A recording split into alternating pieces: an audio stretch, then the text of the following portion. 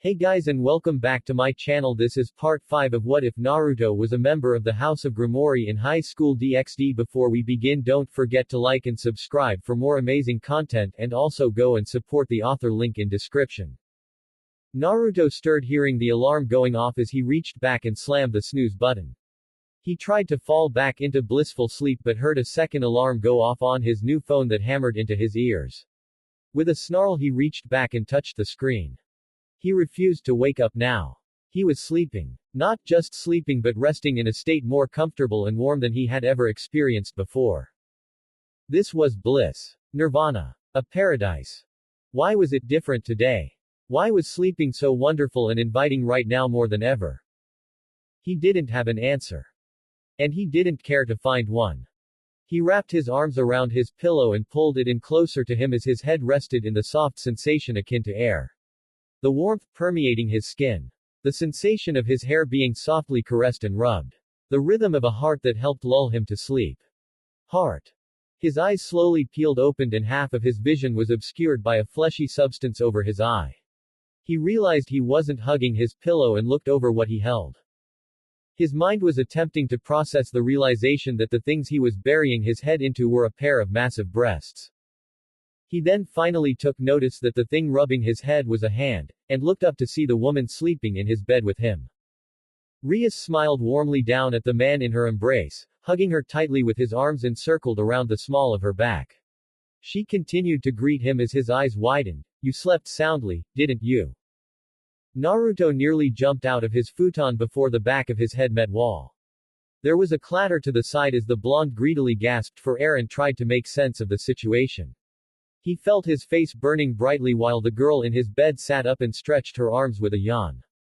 With a moment to think, Naruto realized that Rias wasn't naked, but was dressed in very thin pajamas. Almost see-through. They were so revealing that Naruto could still see her breasts despite the cloth over them. She lowered her arms and rubbed her eyes before greeting him, "Good morning." "Good morning. Seriously." The whiskered devil finally composed himself enough to frown at the lackadaisical redhead, even if his face was still flushed. He crawled back over to his futon to face his surprised guest. "What are you doing in my bed?" "Sorry. I woke up late at night and realized I didn't feel comfy in my bed. I came over to see if you were awake but you were fast asleep."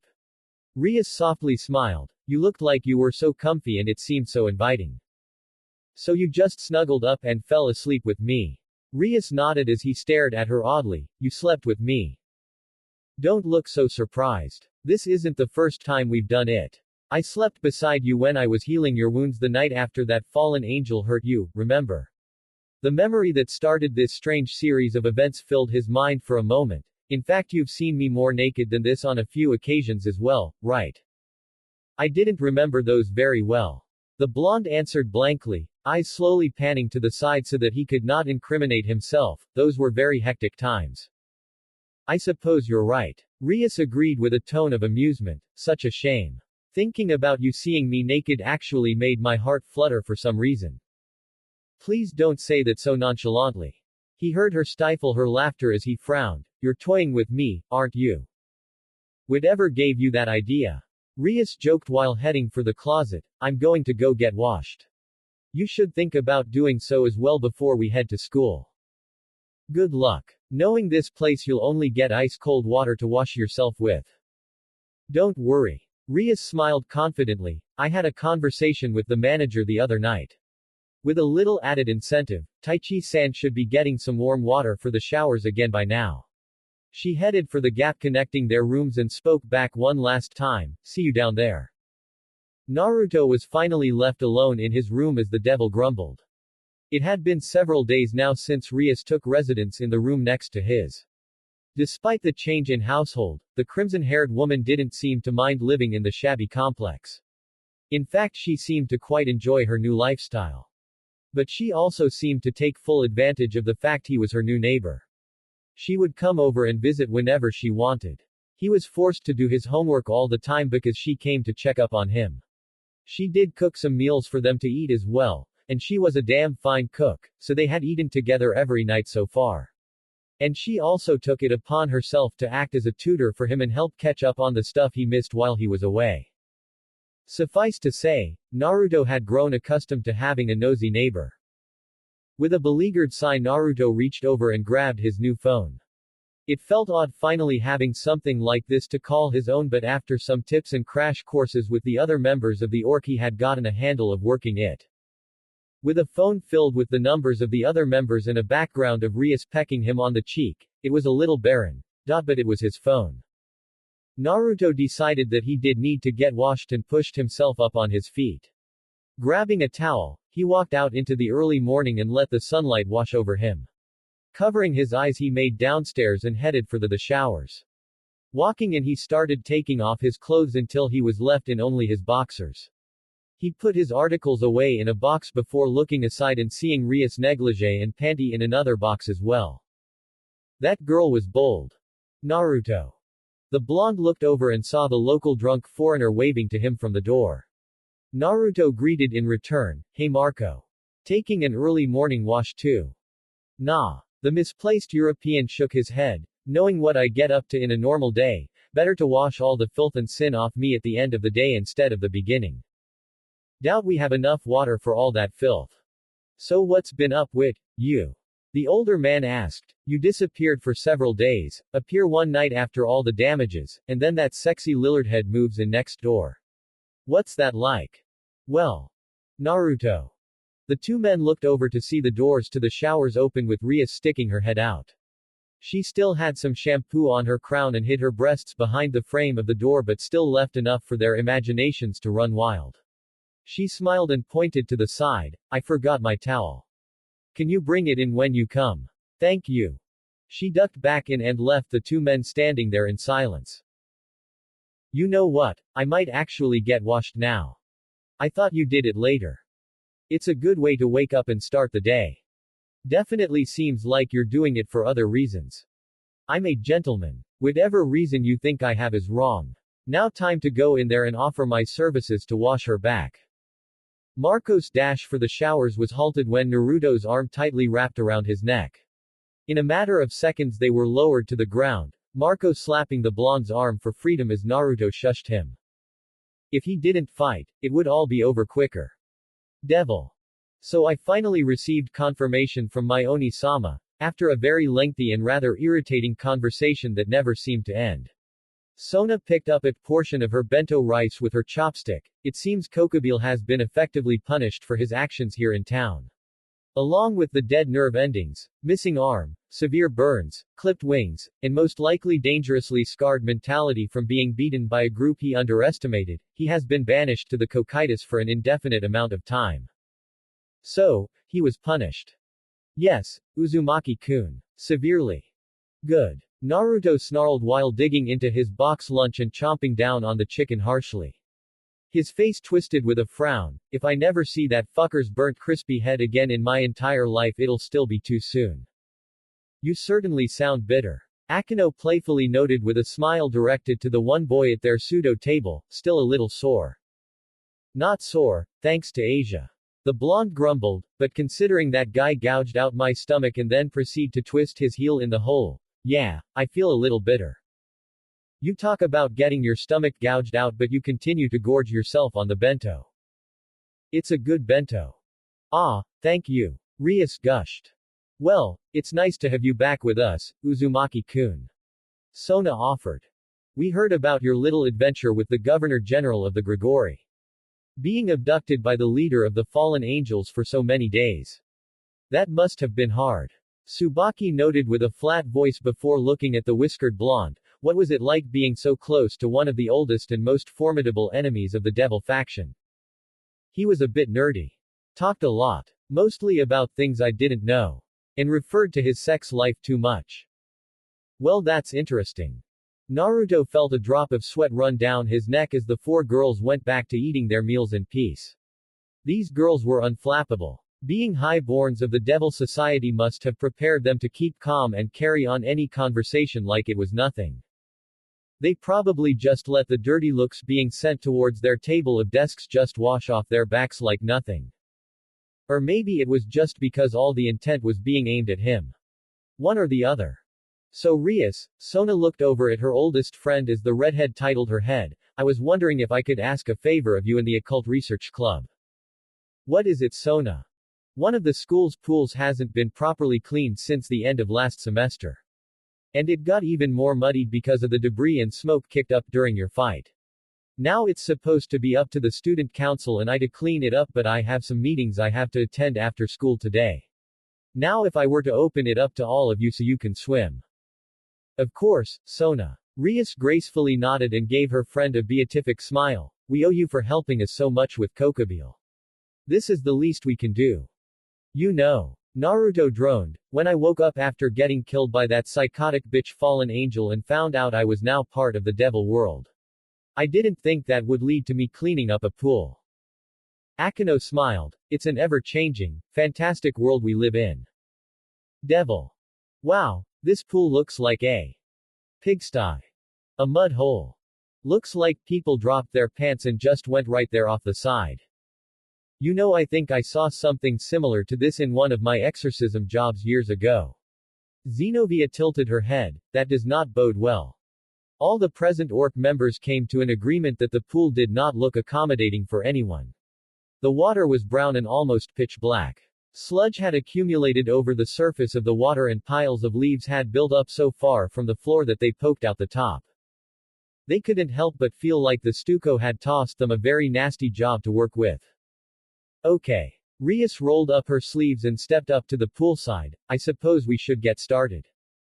Bucho, Issei raised an eyebrow. How exactly are we gonna clean out all the gunk and... Rias waved her hand as a wave of destruction spread out from it. It formed over the pool before slowly lowering down, reducing the water to vapor and eradicating the sludge and leaves. Once it reached the floor, the destructive power vanished completely. There was still a sheen of grime over the floor, but there was no longer any water blocking it. Rias relaxed her shoulder before turning to Issei with an expectant look. Issei's mouth closed. Never mind. Okay everyone, we're getting in there and cleaning the rest. Rias was already making her way to the changing rooms with the other girls on her tail. I suggest you get changed if you don't want your uniforms to get covered in an inch of year-old slime. Excellent point, Bucho. Good idea. Don't need to tell me twice. The boys made their way in and found a few spare gym uniforms laid out for them. They grabbed what they needed and started changing. Hee. Issei was giggling in joy at the prospect that just outside in a few seconds, he would be surrounded by the orc girls and their gym-clad bodies. The idea that they would be moving and shaking while their clothes got wet. I love my new life. You certainly seem to be enjoying yourself. You would not think that you survived a near-death experience with a monster like Kokobile with how chipper you are. That's old news. I'm alive another day and I get to see the glorious bodies of Bucho, Asia, Akeno-san, Koneko-chan, and Xenovia in the water. Issei bragged to his arm. How can I not be chipper? To each his own, I suppose. What are you doing? Issei looked back and saw Naruto staring at him oddly. Are you talking to your arm? Why yeah. Issei's face took a hue of red from embarrassment as he realized he hadn't talked to Ddrag in front of anyone else before. I was talking to the dragon, in my boosted gear. You talked to a dragon in your arm. Naruto snickered at the pervert's expense. Issei scowled. Yep. Sounds about as nuts as when you go out at night with your ninja buddies hunting zombies. Naruto and Issei were quick to glare at each other, sparks flying between their eyes as they snarled like wild animals. It was only after a tense moment that they both separated and went back to changing. The brunette hid a small smirk before jabbing. So, senpai, you get to live next to Bucho now. You haven't been naughty and sneaked a pay. Oh. Issei cradled his head and looked back as Naruto lowered his fist. The blonde showed his teeth and the pervert flinched back. Don't you start that again. Either of you. He looked between Issei and Yuto. Since you two idiots got this stupid idea in my head that Rias might like me, I haven't been able to get it out of my head. Plus the fact she kissed him when he brought up the subject left him very befuddled about how to address it. We didn't just say Bucho liked you, Naruto-senpai. Issei threw his shirt aside and smiled knowingly. We said you liked each other. You know, both ways. He's right, Naruto-san. That is what we said. Yuto smiled as well, and the fact that it's plaguing you so might show some merit. Stop. Both of you. The two younger men chuckled after getting under their senior's skin as Naruto seethed, "I hate you both so much. Seriously, you make it so easy." They seemed to take Naruto's spite in stride and continued to laugh. Yuto stopped first and looked between the other boys of the orc in silence. He lowered his gaze before looking back up at them. "Is-kun. Naruto-san. May I have a moment to speak to you both?" When they gave him their attention he took a moment to collect his thoughts. "I just wanted to tell you both. How grateful I am for your help. Issei-kun, you kept trying to pull me back from the edge and protecting Bucho and the others while I left. Naruto-san, you were blunt and honest with me about how badly this path would take further control of me. You both stopped me from making my mistakes any worse, so I wanted to give my thanks." It's fine, man. Issei answered with some discomfort. "Can we not have this discussion while none of us are wearing shirts? And I wanted to tell you both that if you are ever in need of my help, I shall be there in an instant." "Okay, I'm gonna leave before this gets any weirder." Issei grabbed his shirt and was already out the door before he finished, wanting to avoid any more of this uncomfortable situation. "Naruto-san, may I ask you something?" "Sure." Naruto pulled his shirt down before turning to his fellow blonde. "What is it?" "I wanted to ask you about something personal." Yuto looked guilty for a moment before steeling himself to speak. "It was about that person you told me about during the fight. The person you knew that lost themselves to revenge." The handsome junior noticed a subtle furrow of the other boy's eyes when the topic was brought up. "I'm sorry." "It's fine. I brought it up so I should be able to talk about it." Naruto sighed deeply before staring ahead. The guy the first was talking about had something terrible happen to him. He lost everyone he cared about. To his brother, someone he trusted and loved more than anything in the world. And that awful sense of needing to avenge them completely controlled him. He devoted himself to reaching that goal by any means necessary. Even if that meant turning his back on his village. All of his friends. And me. He wanted to focus on it so badly that he tried to sever every connection and relationship he had, even his friendship with me, and he did that by going for my head. He did a lot of bad things, made a lot of people sad and angry, but he finally got what he wanted. But then his vengeance made him keep going, aiming for another target to kill. And another. He got lost in his need for revenge. I thought I could bring him back, but I think I was too late. And what happened to him? Remember that big blast I told you about? The one that led me here? Yuto nodded. Well, he was there with me. The guy we were fighting was about to tear through me and hold me down, so I'd go with him. And my friend. Sasuke was his name. He took my place. Part of me thinks he just wanted to land the last hit and finish Madara himself. Another part of me thinks he tried to save me because we were friends. Whatever reason it was, he's gone now. And so is his vengeance. His need to avenge the people he lost never gave up. Yuto muttered to himself as Naruto nodded. The younger blonde nodded. If I'm honest, when I think about Excalibur, I'm still angry. I still want to destroy those swords. But that burning need to focus solely on that mission isn't there anymore. I want to honor my friend's loss. His eyes focused on Naruto's firmly. But I don't want to end up like your friend. You won't. Naruto gave a small smirk and raised his fist as Yuto was quick to return it. We won't let you. Devil. I'm in heaven. No, wait. I'm a devil. Is hell the devil's version of heaven? Don't care, I'm in devil heaven.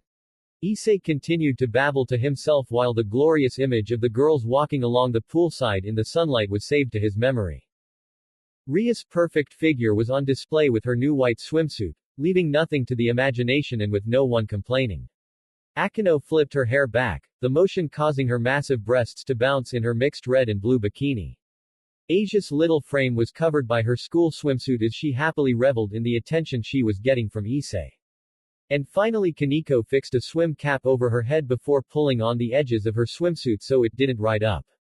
Xenovia wasn't out yet. But he had 4/5. And 4/5 was pretty great. Issei was in heaven. However, his eyes quickly ducked to the side when he noticed Kaneko's furious glare spot him staring. He coughed, dispelling his nervousness and walking up to the two girls with a smile. Hey, you two look great. Really? You think so, Issei-san? Asia beamed with joy at the compliment before looking herself over. I've never actually been to a pool before, so I don't have a frame of reference for buying swimsuits.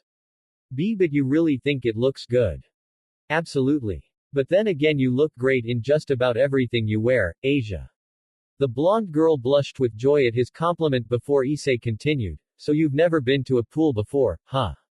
Well, there are some important things you need to know about them. Some pools have heated water, but most don't and are very cold. When they're cold, you have two ways to get in them.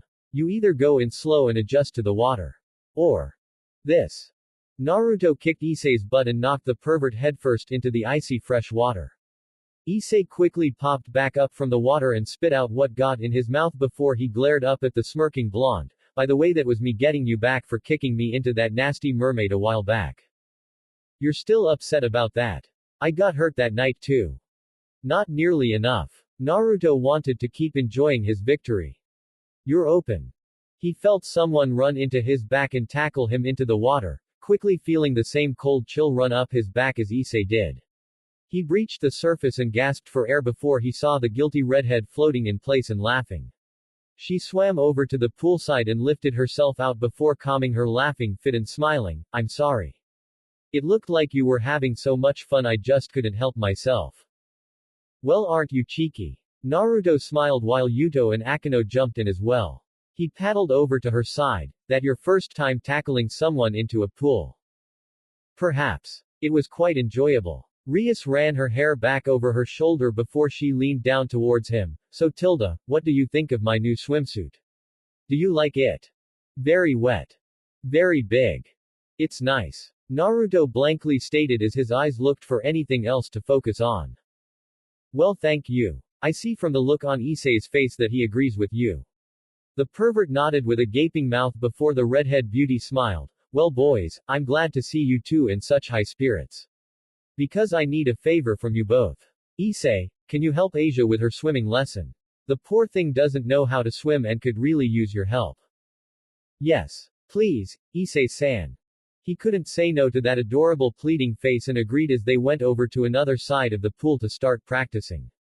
Naruto looked up at his king and me. Same thing. You want us both to help Asia. Rias shook her head before looking back at the short freshman trying to fold into herself. Kaneko's pale cheeks were a heavy shade of red and she had her hands behind her back. Her eyes burrowed into the concrete at her feet before finally looking up at Naruto's surprised blue ones. You don't know how to swim.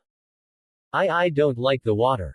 Koneko tried to sound indifferent but the two older students could barely hear the nervousness in her soft voice. She looked away again. Swimming is my least favorite activity. I prefer to do anything else besides playing in the water. See. Rias giggled. She's in dire need of help. Koneko, do you want my help? Koneko blushed a little harder and lowered her head before nodding. Before he could respond, she was already making her way around the pool and leaving him behind. He made his way over to the steps as she slowly started to emerge herself, a shiver making its way up her small body from the cold water. Once her feet hit the floor, she turned around to face him while her head was still hung. A small smile took Naruto's face before he held out his hands for her. She was quick to grab hold of them, squeezing them tightly like they were her lifeline. She looked down, ashamed in her childishness before carefully looking up at him. Is it weird that I still can't swim? Nope. Some people just have things they've never gotten around to doing. That's not weird. Naruto slowly started to step back and pull her along as Koneko straightened out her body. She started kicking her legs at a careful pace to keep up with his pull before he chuckled, but I'd be lying if I said I wasn't surprised. Why? Don't know. You always seem so in control of everything around you, so to find out you can't and don't like to swim is a bit surprising. I want to learn. Koneko said between breaths as she tried to talk and concentrate of swimming at the same time. It's a useful skill to have and one I should get around to learning. I may still have a long way to go, but why you can do it, Koneko-chan. Asia cheered for her as she and Issei passed by, the nun taking longer breaths and her kicks a little harsher as she tried to keep up with Issei. But we're here to help you. Naruto finished as Koneko ducked her head again. He wanted to ask if something was wrong but before he could he felt his back hit the wall. Koneko kept swimming and hit his chest, gasping for a moment before finding her footing again and standing up to face him. When she looked up and saw his face she quickly averted her gaze and kept it solely on his chest. Koneko. Why yes. Are you mad at me? Koneko looked up at him in surprise. I noticed you look away from me sometimes now and you don't talk to me. Not to say you were the most talkative person to begin with, but still. No. Koneko answered in a panic while looking up at the blonde. I'm sorry for making you feel like that, but I'm. She blushed and wanted to look away before making herself look up at him. I'm embarrassed for needing help with learning how to swim. I know it's childish and stupid, but still feel silly for needing it. And I was never mad at you, senpai. I was. Koneko stopped for a moment before reaching out and pressing a palm into his chest. It stayed there and Naruto noticed a slight tremble in her arm while holding onto him. She looked up at him with a sad expression. I was worried about you. I thought you were gone for good and I was so worried that I wouldn't get to see you again and say I'm sorry. I'm sorry for acting so weird. For thinking you did something wrong. And I'm glad. Koneko felt a hand rest on her cap and looked up to see him smiling at her. Even with the cap on her head she felt him gently jostle it before he smiled. I'm glad to be back too. And I'm glad you aren't mad at me.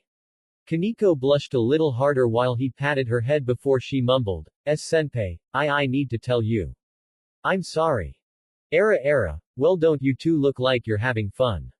They both looked over and saw Akeno smiling at them fondly. It then took on her patented teasing form while she looked at the blonde. You aren't teasing Koneko-chan or anything, are you? Course not. If I did I'm sure she'd punch me in the gut or something. She just might. The busty young woman walked over before leaning down to better face Koneko. Koneko-chan, would you being willing to let me help with your swimming lesson? Oh, of course.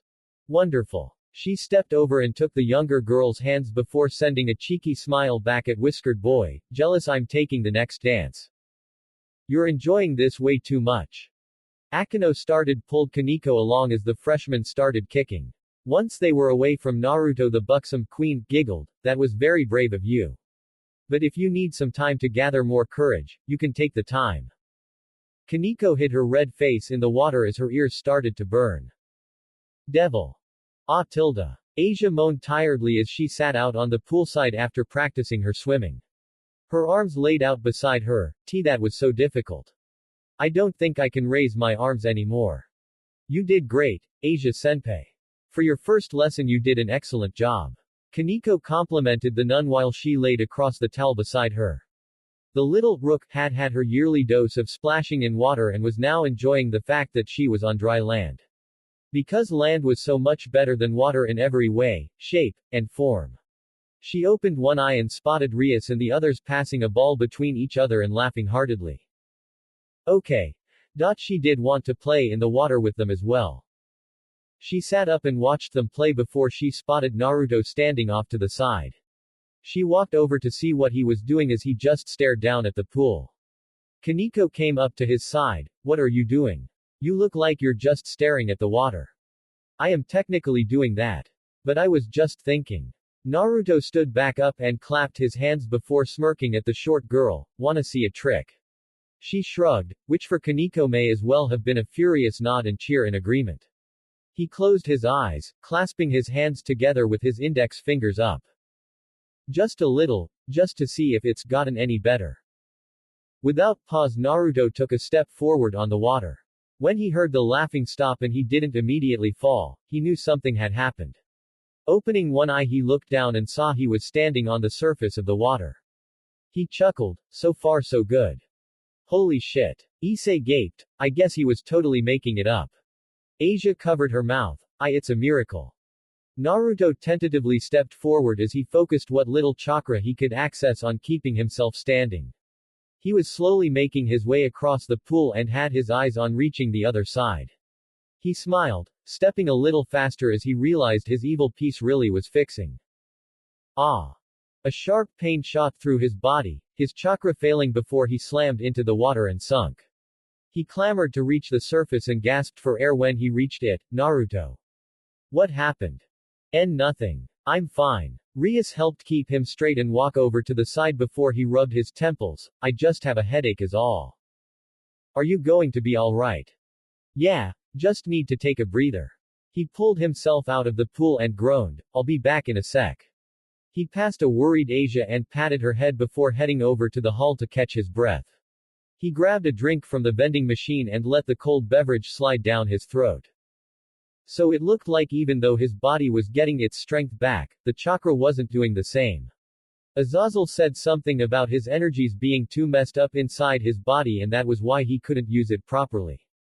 And Asia's healing wasn't going to be enough to fix it, he had to find someone that could fix the energy inside of him. Now how the hell was someone gonna do that? Naruto Uzumaki. The blonde came out of his thoughts and looked up to see the new knight of their peerage. The blue-haired warrior with the green streak was wearing a green bikini. She stepped up to him. What are you doing here? Taking a break. Why aren't you in the pool? This is my first swimsuit. I wanted to make sure I got it prepared properly. The stoic girl looked herself over before facing him. What do you think? Looks nice. What kind of life did these girls have where they've never tried swimsuits and don't know how to swim? It was silent between them for a moment before he walked over to the vending machine again. Want a drink? Yes, I suppose I could use one. Once it was ordered, he held the drink out for her to take, the awkward church warrior looking it over for a moment before taking a swig of it. Once she had the taste, she hummed and leaned on the wall beside him. He found it quite odd to watch the girl that was apparently their enemy not too long ago now being their newest member. He hadn't had much interaction with the new knight yet to make a strong impression, but he thought her to be a very strange girl. He sipped on his drink. So how are you liking the school? It's interesting. Xenovia responded, I'm quite enjoying this new lifestyle. The work is harder than I thought it would be, but I'm starting to get used to it. Probably doing better than I do. Thank you for the vote of confidence, Naruto Uzumaki. You can just call me Naruto if you want. Saves time. Oh, then thank you. You can refer to me as Xenovia if you wish. I will. The two quietly sipped on their drinks and heard the sound of the other members still playing in the pool. Can I ask you a question? Xenovia finally spoke again and turned to face him completely. Why did you seem so adamant to defend me against the church the other day? We hardly had enough contact for you to be treating me like a friend, and yet you seemed so quick to the idea of charging a church and demanding they take me back. It confuses me. Oh right. Sorry if that seemed weird. Naruto swirled his drink around before frowning. I just really don't like the idea of people being judged like that for something beyond their power. I know you said you were fine with it, but it's still pretty shitty, so I'm sorry. It's fine. And I appreciate your concern, so thank you. The former church warrior looked out towards the pool and then towards the school they came from. This is quite a new task for me. Being able to choose what I want to do myself and experience all these new things. Ice cream. Ramen. Swimming at a pool. Seriously. Naruto was shocked by how little she had experienced. Did you just never try them yourself? I never had a need to. I was always so focused on doing my job for the church that everything else just came second to me. But I'm a devil now, and Rias Bucho told me that one of the key parts of being a devil is indulging in what you want and fulfilling your desires. Well, looks like Rias fancied herself a life guru. I'd be lying if I said I didn't miss the church. That was my life and my purpose for so long, and now it feels strange knowing I have to give that up now. But I suppose if the alternative is getting to live my life and experience the world in a new way. A small smile made its way across the strange girl's face, then it might not be so bad. She wanted to see what her life was like without the duty of the church bearing over her. He could respect that. The blue-haired knight turned to him. Naruto, I'm not familiar with how to enjoy most things and experience life by myself. So I know it might be strange, but could I ask for your help? The older blonde gave her a small smile before going to take drink. Sure, you can count on me for anything. Great. Xenovia downed her drink and dropped the can. Let's get started. The former church warrior quickly stepped up to him and snaked her hand down his swimsuit to grab his penis. Naruto spit out his drink and looked at the girl fiddling with his member. What the fuck are you doing? Trying to engage in intercourse. Xenovia looked up at him. I'm told that this is one of the activities people my age most often participate in. Apparently when thinking of pleasure and desires, this is the act that most embodies them both. Right now I am attempting to engage you in foreplay. A girl in my class named Ika Kuryu said it was the best way to surprise your partner and get each other heated up before coitus. Is it working? She explained this to him with a very serious expression and her hand still around his dick. Let go. He swatted her hand out of his pants and covered his crotch before putting some distance from her. I don't know who's been telling you what, but you do not just go around and grab someone's dick. It's weird and strange and, wow, I can't make it go back down. I'm interested in having sex. And I'm not against the idea of one day having a child myself. Xenovia crossed her arms and nodded sagely. I consider myself very lucky on that account. You, Issei Hyodo, and Yuto Kiba all proved that you are quite capable in the fight against Kokobile. Genes as strong as yours would almost certainly assure that a child would be strong. I don't think that's how it works. Won't know until we try. Stop. Naruto held her back before rubbing the bridge of his nose in irritation. Look, I know this is all new to you and everything, but you cannot go around doing stuff like this. It's messy. So you should. What if someone does want to do stuff like this? Like Issei Hyodo for example. Sure. Issei. Go try it in Issei or something. Xenovia cupped her chin in thought before nodding. Okay, that's not a bad idea. I suppose I should go over and see if he wants to. Xenovia turned before looking back and nodding to him. Thanks for the advice, Naruto. Yeah, sure, please leave. That Knight was off to try her luck with the other boys as he was left to deal with problem. He yelled back, and wash your hand. For a girl so used to handling swords, her hands were really soft. Era, that's bold of you, Xenovia-chan. I feel like I could probably do the same. P. Perverted. Issei Hyodo, care to come with me? Holy shit. Xenovia-san. No fair. Not his problem. Devil. Now focus. Keep imaging that light traveling like blood through your body. Now let the light travel through your arms and into your fingertips. Imagine it extending from your body. The dark room was slowly illuminated by the ball of energy being projected between his hands. Rias looked at his concentrating face and smiled with a nod. Good, looks like you've already got the concentration part down. Remember what I told you next. Visualization. Naruto murmured while focusing on collecting his demonic power. Imagine something and let my power take form. Exactly. It could be anything as long as you have a strong image in your mind. Now imagine something in your head, clear as day and certain to you. Then allow it to take your power and make form. The ball of energy quickly blew outwards in a violent burst of wind. His room was subject to the power of a tornado for an instant before his power quickly died down completely. The two teens were lifting, staring in shock, their clothes and hair whipped by the gust. Oh okay, then I suppose it's wind. Rias laughed while fixing her hair. Special preference, I assume. Wind was my specialty back home.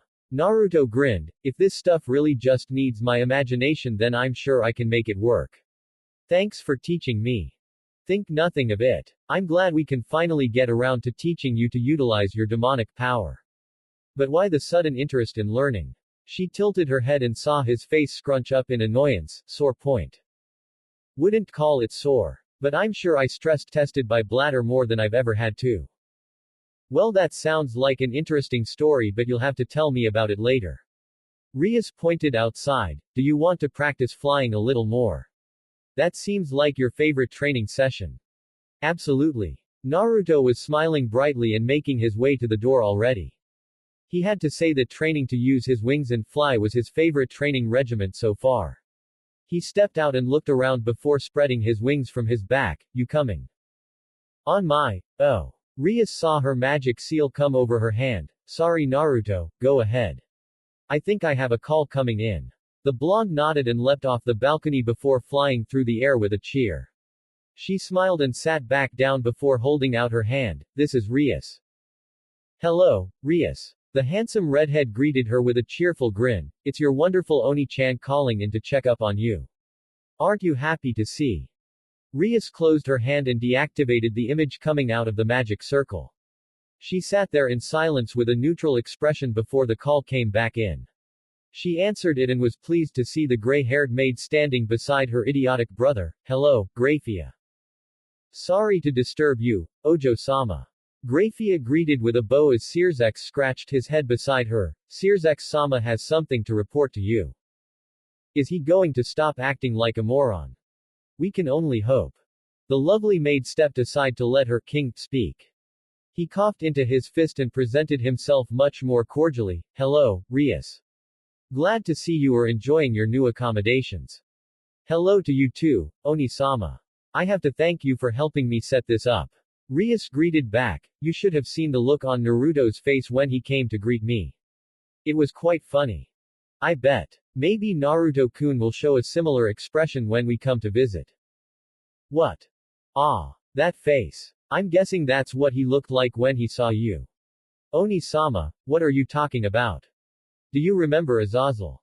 Rias scrunched her nose. That sick, conniving, evil, lying bastard that stole my pawn while his underling wreaked havoc on our territory and nearly killed everyone in our town.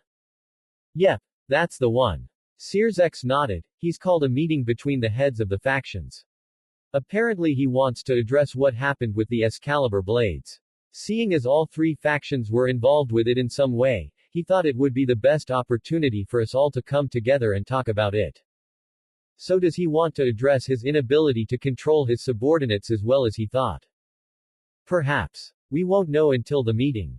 It'll be held just a few days before your summer vacation. Rias finally realized why he was calling, and I suppose you want us to attend the meeting as well. That's right. I'd be glad to, Oni-sama. I have some words to share with the head of the fallen angels. Where is it being held? Well, that's the funny thing. It's being held at Kuo. We're all coming to you. What? Leviathan, Azazel, Michael, and I are all coming to negotiate at Kuo. It'll be very soon, so make sure you all get ready. I have to go. I'll come see you for the family visit. Love you. Wait. He cut her off and Rias was left sitting alone in the dark. The pure-blooded girl's mouth hung agape in horror before her fists started to clench. Hey Rias, what are you doing? You gonna fly or I'll come back later. Naruto quickly left before Rias' ire could be aimed at him. Looks like she just got some bad news. You seem tired. Yeah, Issei groused through his yawn while making his way towards school. The pervert rubbed his eyes again to clear out the sand. Didn't think we'd stay up so late studying for the tests. Exams were coming up and Asia wanted to make sure her Japanese was better. The poor nun was so frantic and worried about reading the characters correctly that they spent most of the night revising. He also had to help her make a study sheet for translating Italian phrases into Japanese to help Xenovia. Apparently the two former church-goers had become fast friends before he knew it. He caught them at the end of their prayers sometimes when they were on the ground clutching their heads. Even as devils it was just instinctive of them to pray. Poor fools. Now he was left walking to school by himself while Asia went to visit Xenovia in her new home. He yawned once before looking down at his arm. I guess you don't get to share in my fatigue or anything, do you? Like one of those relationships in manga. I'm the disembodied soul of a dragon latched onto a powerful weapon and now forced to spend a devil's lifetime in the arm of a teenager. This might be a punishment, but it'd be too cruel if I had to suffer your pain and fatigue as well. Fair enough. Issei shrugged at the crabby response before tilting his head. Bucho said devils have pretty long lifespans, right? Several millennia in fact. Oh. His eyes widened as the huge number started coming back to him. Wow, that was a long time. How the hell was he going to spend several millennia of life doing anything anyway? Shit, that was overwhelming. He looked down at his arm before coughing awkwardly. I guess we'll have a lot of time to get to know each other. So, do you have any hobbies? Fighting. Ah. Anything else you like, besides fighting? Red. Not sure what I was expecting. Issei sighed. Guess we're going to have to spend some of those millennia trying to get you a new hobby or something. Activities to slate my boredom are hardly the most pressing matter. You should be on your guard. You may find yourself in a fight at any moment.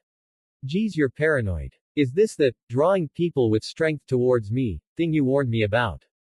Don't you think you're overreacting?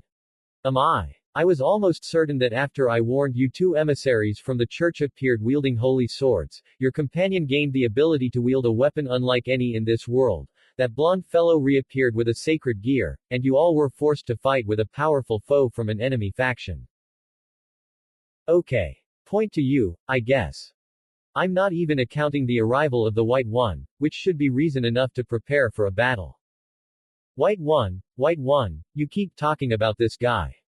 Are you talking about that big white armor that crashed down through the dome at the end of our fight with Kokobile? Issei recalled the sudden appearance of that stranger in shimmering white armor at the end of their long fight. He thought that armor looked far too much like his own for it to a coincidence. Who is he exactly? For as long as I have lived and as long as I can remember, I have been at odds with a white dragon. We fought an endless battle, leveling lands and destroying lives all across the world. Our battles were glorious and numerous, but never did we find a proper end to them. Wow. You weren't kidding about the fighting hobby, were you? We fought so much that it was the only thing that mattered to us. Others tried to intervene and stop our quarreling, but they quickly found themselves pushed aside or worse. Finally, it was decided that our fighting was becoming too much of a nuisance for a certain conflict to carry on. You should guess what it is, since you recently halted its second wind. The war. Seriously. Issei gawked, drawing a few nervous looks from other people as he reeled back from that bomb. The dragon in his arm had forced the war to come to a temporary halt so they could deal with him. He paled. What did I get stuck with? Once our bodies were destroyed, our souls were confined to two sacred gears. But even without physical forms, our battle did not stop. It was merely changed to use the people inhabiting our gears now. For generations we have waged war upon each other, DxD and Albion. And I'm certain this time will be no different. But are you really sure? Issei worriedly inquired with sweat accumulating on his brow. Anyway, I can just meet with this guy and talk stuff out or, gah. Issei's body shook with sudden pain as he gripped his left arm when it started to pulse with power. He grimaced and held it tightly. What the hell? In answer to your question, no. No, you will not. Issei stood up when he heard the new voice speak up close to him. He looked up in surprise to see a handsome silver-haired youth standing a few feet away from him. The stranger had a cocky smirk on his face as he approached the boy in sudden pain. He stopped in front of Issei and tilted his head. So you're Issei Hyodo. I didn't get a proper chance to look you over last time because you looked so drained from using your balance breaker. Have to admit just by first impressions that this is rather underwhelming. Issei glared at the strange newcomer as the pain in his arm subsided. Who are you? Don't recognize me. I suppose you wouldn't when I was wearing my scale mail. The young man slid his hands into his pockets and smirked. You can call me Vali. Or the White Dragon Emperor. Or Vanishing Dragon. Or Hakuryuko. Or Albion. Whichever suits you. Why you? Issei looked down at his arm before glaring back up at the boy. You're the guy DxD was just telling me about. Just. You must be getting lax. By this point in a life you'd already be training in order to face me one day. But it appears that your new vessel has about as much strength as a pup. Who said that? Albion. What an absolute displeasure it is to hear your voice again. What's the matter, DxD? Fearful that your loss is coming so soon after finally being able to achieve communication with your vessel. No. I was just reminded of the only truly positive aspect of this enteral damnation we've been locked into.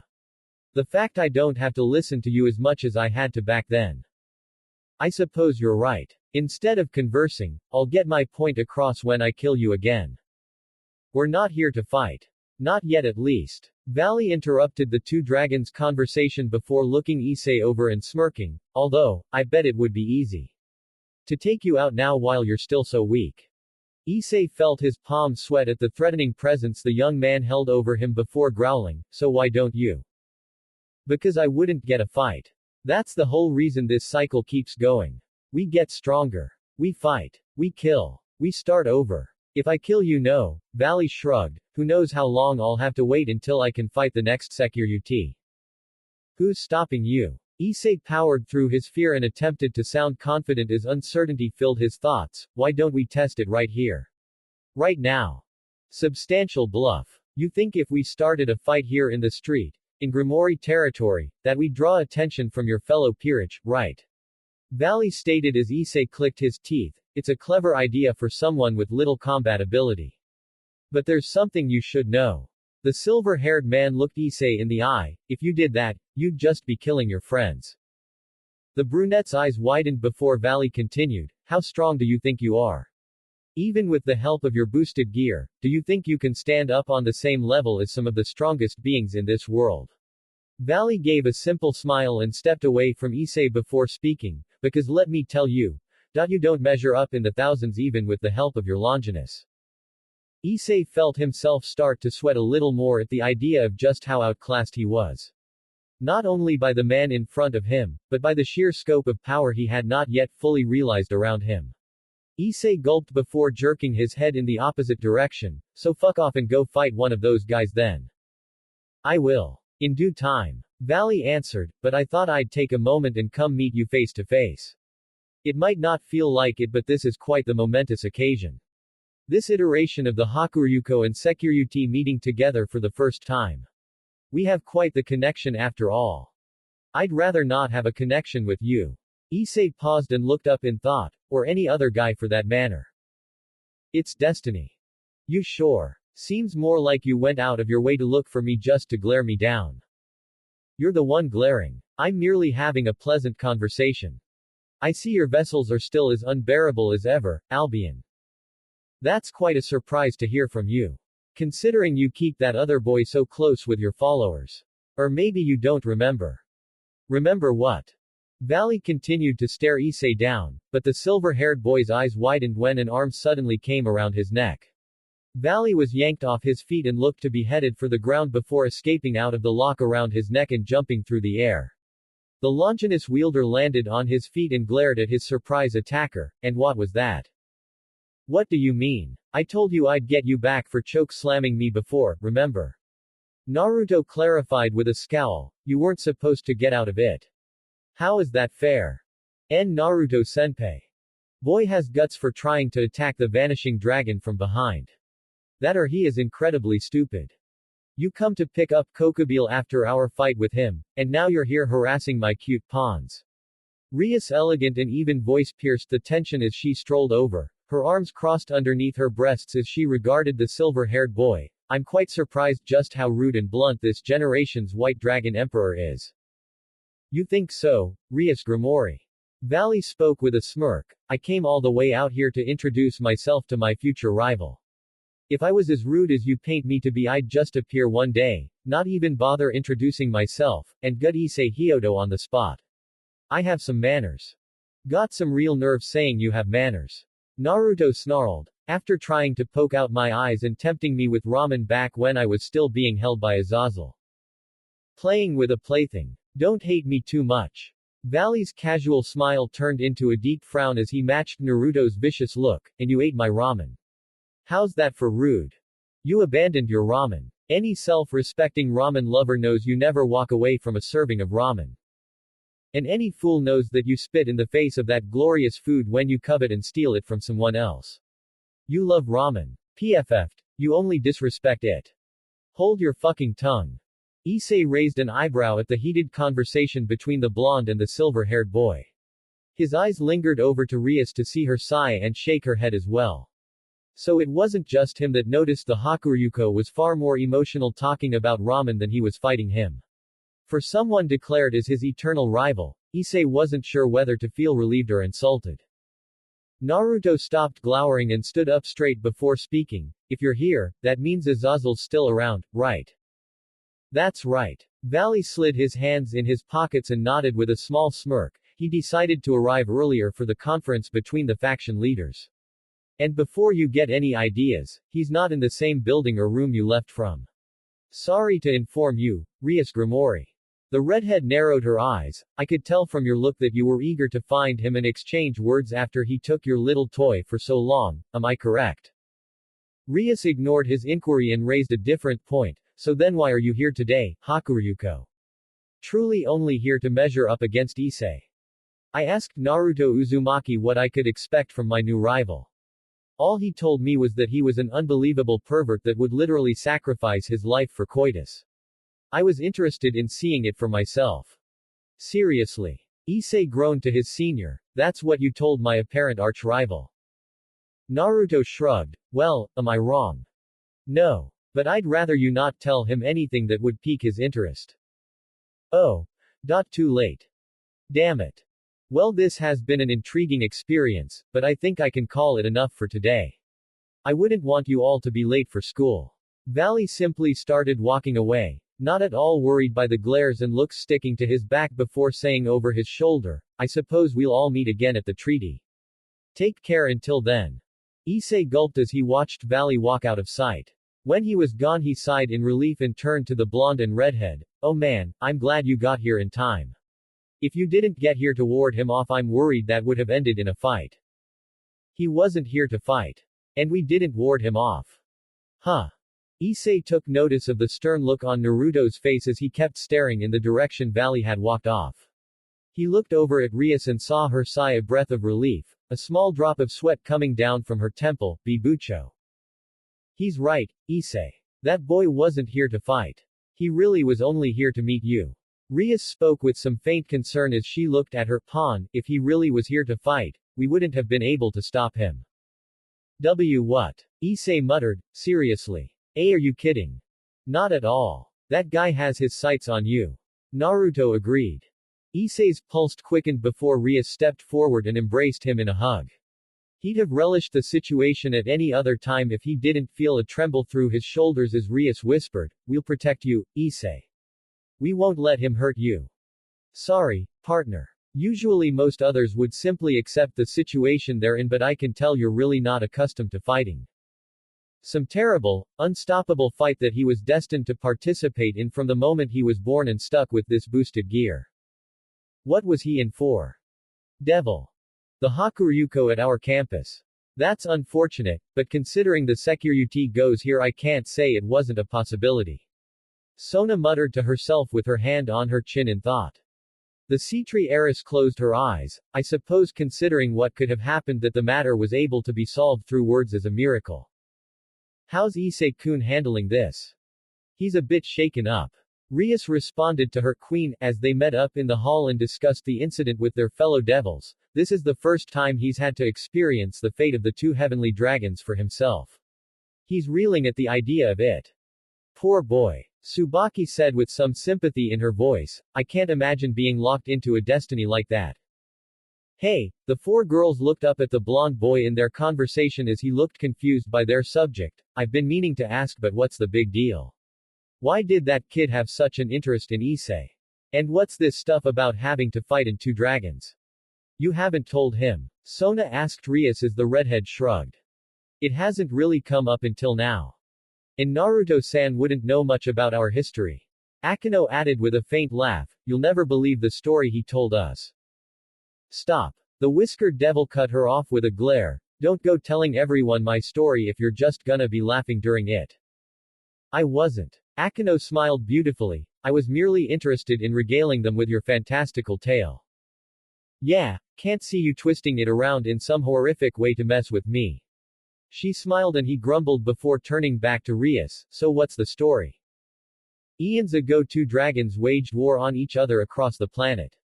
A Welsh dragon called Dedrag and a vanishing dragon called Albion. For as long as anyone can remember they were fighting each other and never stopping. So devils, fallen angels, and even God came together to stop them once and for all. Their bodies were destroyed but their souls were just too strong to erase, so they were confined to sacred gears instead. The boosted gear and the divine dividing. Rias explained, even with only their souls those gears are considered so powerful that they are designated as Longinus, sacred gears with the capabilities of killing gods if given the chance. And they pass from person to person every time the predecessors die. In this iteration Albion is housed in that boy's body, and Dedrag in Issei's. And just like every time before, they're destined to fight. That's crazy. Naruto shook his head. Can't they just stop fighting or? The dragons are compelled to fight each other. And more often than not the people inhabiting them become overwhelmed in the fight and quest for power. Sona clarified, if Hyodo-kun isn't careful, he may lose himself in the quest for power. Naruto's eyes narrowed as he looked down, two people destined to fight each other to continue an age-old battle. What is it? Nothing. Just nostalgia. Naruto shook his head before turning away from the girls and heading down the hall. This is way too much to think about during school. I'm gonna get something to eat. Wait for me. Rias called as she followed up at his side, I'll come too. I need to buy something to eat seeing as I didn't prepare anything last night. You did seem really angry at the fact your brother is coming to visit. We aren't bringing that up again. Rias said with a frown before it turned into a smile again. You know I've spent so long at this school but I've never actually gotten a meal from the store here. I suggest the yakisoba sandwich. It's really good. I'll take you up on that. She smiled up at him and he felt himself do the same almost reflexively.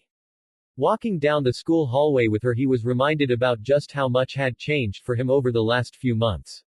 Not just about becoming a devil, but how much happier he was now than before. Not too long ago he dreaded having to come to this school, go another day not knowing what he should do or where he could go. Now, he still hated school, but he looked forward to seeing the people in it each day. And he felt his spirits raise and shoulders lighten when he was around Rias and the others. Even with all the shocked or even envious looks he was getting walking alongside the famous redhead he didn't care, solely focusing on her and what she had to say. Once again his thoughts went back to what Issei and Yudo said. Oh, hello Xenovia. Naruto was pulled from his thoughts when he saw them approach their new knight who stood by the side and watched the hectic mess that was the crowd pining for food. Greeting Rias Bucho, Naruto. The blue-haired junior greeted them. What are you doing? I didn't have a lunch today so I came down to buy something from the stand. But I stopped and marveled at the sight of this massive crowding of people. The foreign girl cupped her chin in thought. I had no idea this was a Japanese lunchtime rush. Rias chuckled. I didn't expect you to be intimidated by a crowd. Not like that. Xenovia responded. I could easily get through the crowd, but that would probably leave a bad impression. I'm attempting to come at this problem without breaking anyone's limbs or sending anyone to the hospital. So far, I'm at an impasse. Quite the conundrum. Rias piped up before turning to Naruto. Well, you're our resident veteran in this matter. Any ideas? Naruto looked at the situation and tried to consider the best method to face it. Usually when he came for his food this same mob was forming around the food, teenagers becoming animals as they pushed and forced their way to the front for the best meals. He usually had to use force and barrel through the people to get his food. He'd probably have to do the same now, but he could do it with a much finer touch than Xenovia was talking about. But if the people didn't move aside and the food was wrecked on the way back. Hey Rias, he took Xenovia's money and his own and handed them to their king. Why don't you go buy the food for us? What? She looked surprised by his proposal before sending him a questioning look. Are you serious? I've never pushed through a crowd like that before. This isn't one of those gopher situations, is it?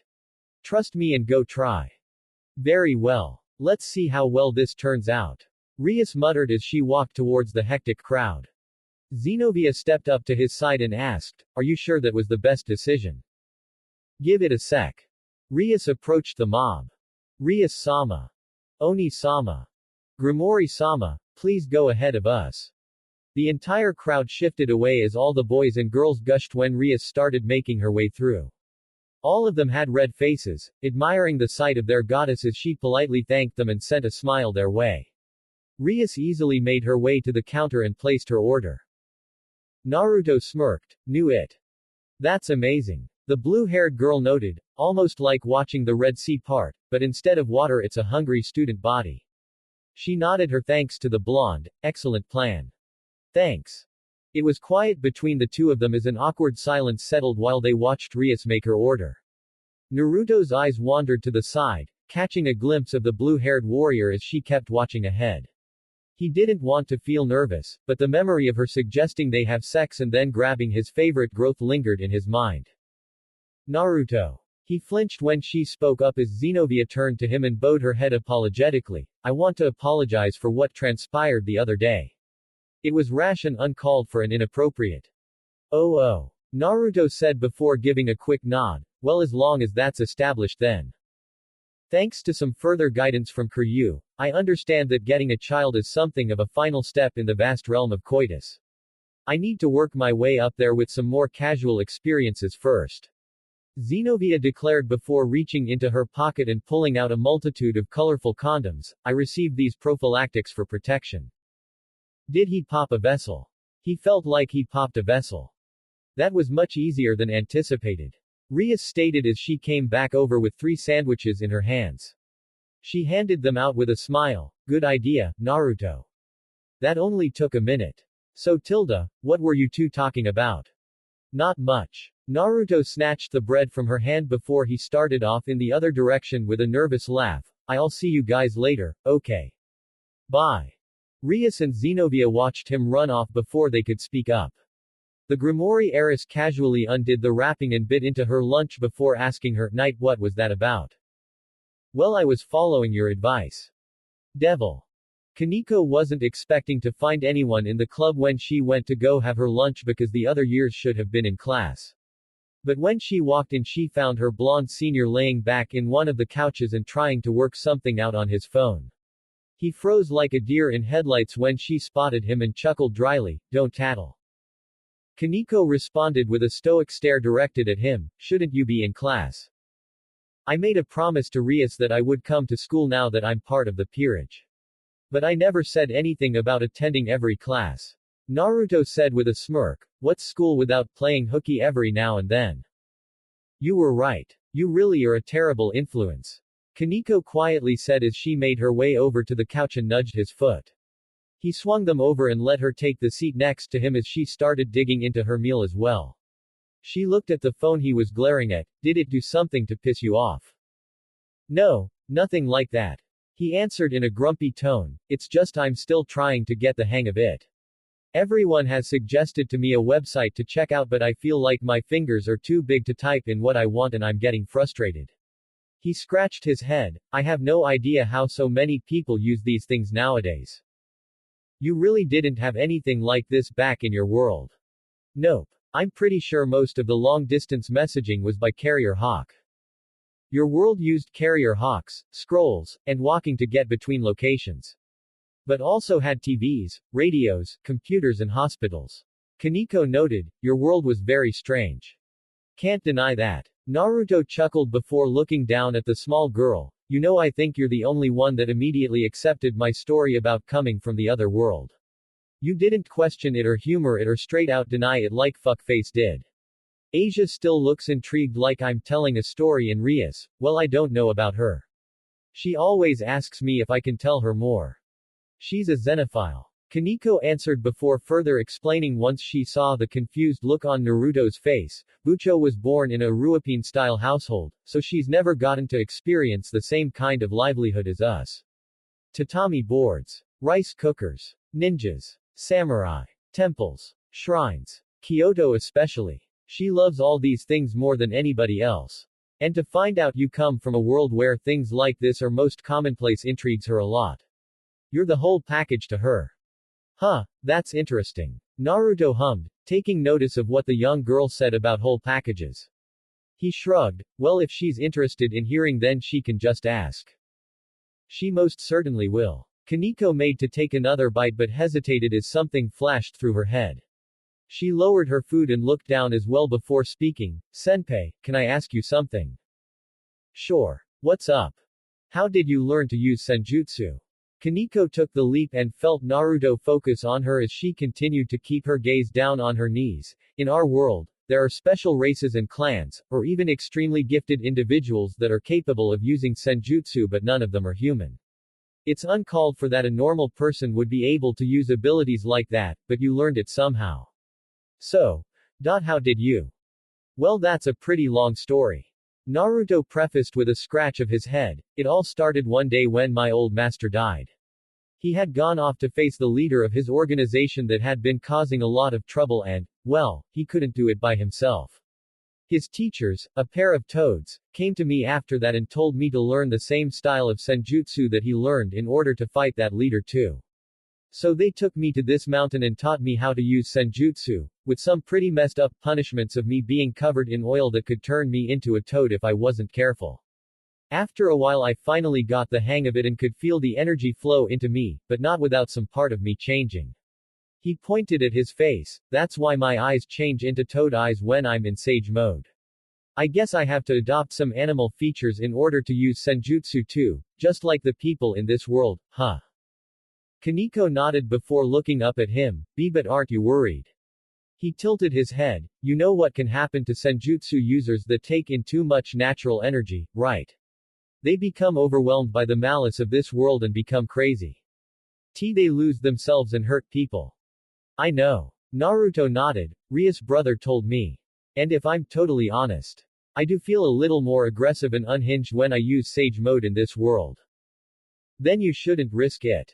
Koneko spoke with a little more volume, which was unusual for her.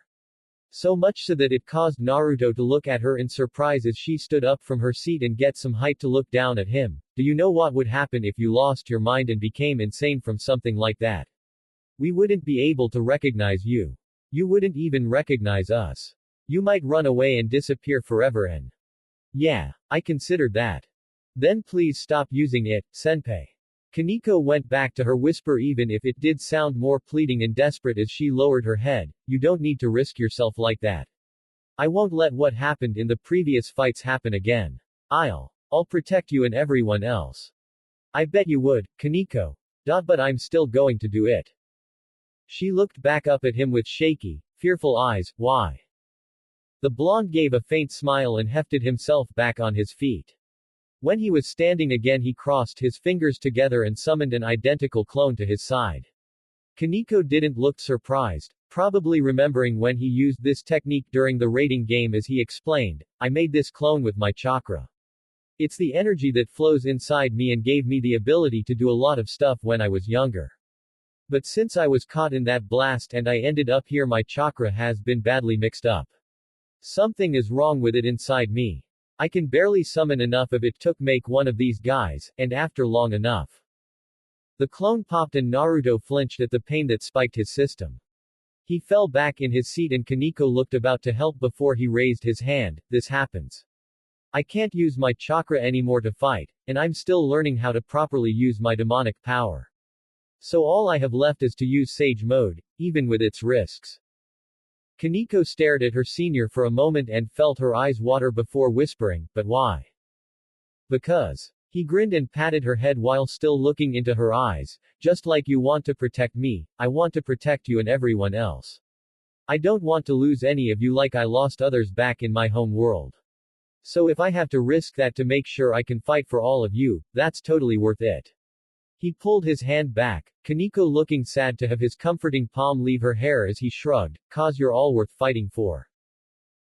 Well, I think I could use a nap. Naruto stretched out his limbs before lifting his feet up to stick on the table as he leaned back in the couch. If you wanna keep eating please be quiet, okay?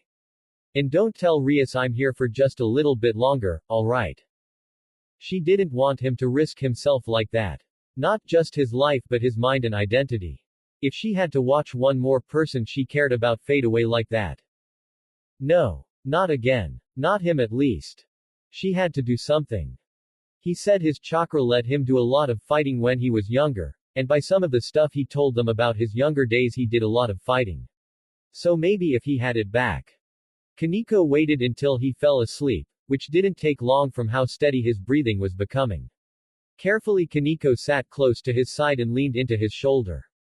She raised one hand and laid it on his chest as she closed her eyes. She could feel it, many different foreign energies muddling his system. Probably from floating around in the dimensional gap for too long. They needed to be corrected. Koneko quelled her fears and steeled herself for what she was about to do. If he was willing to risk himself and she knew he was, then she had to be willing to do the same. And so Koneko concentrated while two ears popped out of her hair. Devil. You said your ultimate goal was to create a harem, correct? Then you should be delighted. As I stated before, your power will draw in a lot of attention from the opposite sex. I'm certain you'll find your harem in no time. That's great, but I feel like you're purposefully neglecting something. Many of my predecessors did find themselves surrounded by the sex of their desire. But they were also too consumed by the power and strength offered to them with the boosted gear to actually enjoy it. Always a catch. Issei mumbled to himself as he kept his head hidden in the fold of his arm while classes came to an end. He hadn't taken a single note all day because his mind continued to wander. too preoccupied with the realization of his fate and just how dangerous it really was. He had received some ambiguous warnings and cryptic telling of what laid ahead of him because he had the boosted gear, but never anything concrete. Until now. My destiny is to fight that Vali guy to the death to prove which one of us is stronger. Issei's thoughts turned dreadful as he immediately started to think about all the terrible, gruesome ways he could be taken out by that cocky silver-haired jerk. He shivered and shook his head. I'm screwed. What's the matter, Issei-san? You looked distracted the entire class. He looked up and saw Asia's concerned expression mere inches from him. Her eyes softened and she spoke with a soft voice, are you still thinking about that other heavenly dragon from before? No, not at all. He responded with a shaky smile. Just worrying about parent visitation day is all. You're not very convincing. Issei-san, the pervert felt Asia's smaller hand grip his tightly. But felt a sense of safety and relief flood into him when she smiled. I know it may seem scary having to know there is someone terrifying like that looking at you. And I wish I could protect you properly. He didn't dare wish to see her in harm's way, but I promise I will always be by your side to help you. However I can. So if you just ask. Issei felt a smile easily come to his face as the dread shriveled up. He sat up in his chair. Thank you, Asia.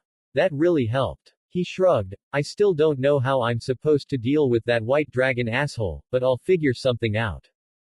Ah Tilda, you're having such a sweet moment Tilda. You must be so happy to have someone like Asia-chan by your side Tilda. Dread quickly returned as he felt a pair of hands on his shoulders as the others lifted up his chair. He didn't even get out a yell before he was raised and slammed down on his back as Motohama and Matsuda snarled down at him, you bastard. You dare get lovey-dovey in front of us. Have you no heart? Sorry, almost forgot you guys existed. Issei heartlessly countered as his two friends gasped and reeled back in shock. He rubbed his neck and sat up to regard his two friends. I was just talking with Asia. Just because you two see any kind of interaction with the opposite sex as greater strides than either of you will ever make in the effort of talking to girls doesn't mean you have to take your frustrations out on me.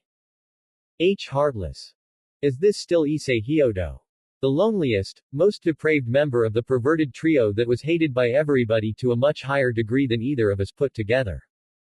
How in the world did that filthy, lecherous, bathroom peeping, changing room invading, ludicrous lout of a pervert ever get the ability to be around a normal girl? Why the hell did you add so many adjectives you assholes? Issei immediately lunged at the two boys and started wringing out their necks as they retaliated in kind. I'm gonna make you both regret those words. He seems to be back in spirits. Asia turned to see Xenovia stepping up to her side to watch the argument between friends. The blue-haired warrior turned to the blonde nun. Is he still thinking about the White Dragon Emperor? Asia gave a sad nod. Yes, Issei-san can't stop thinking about it.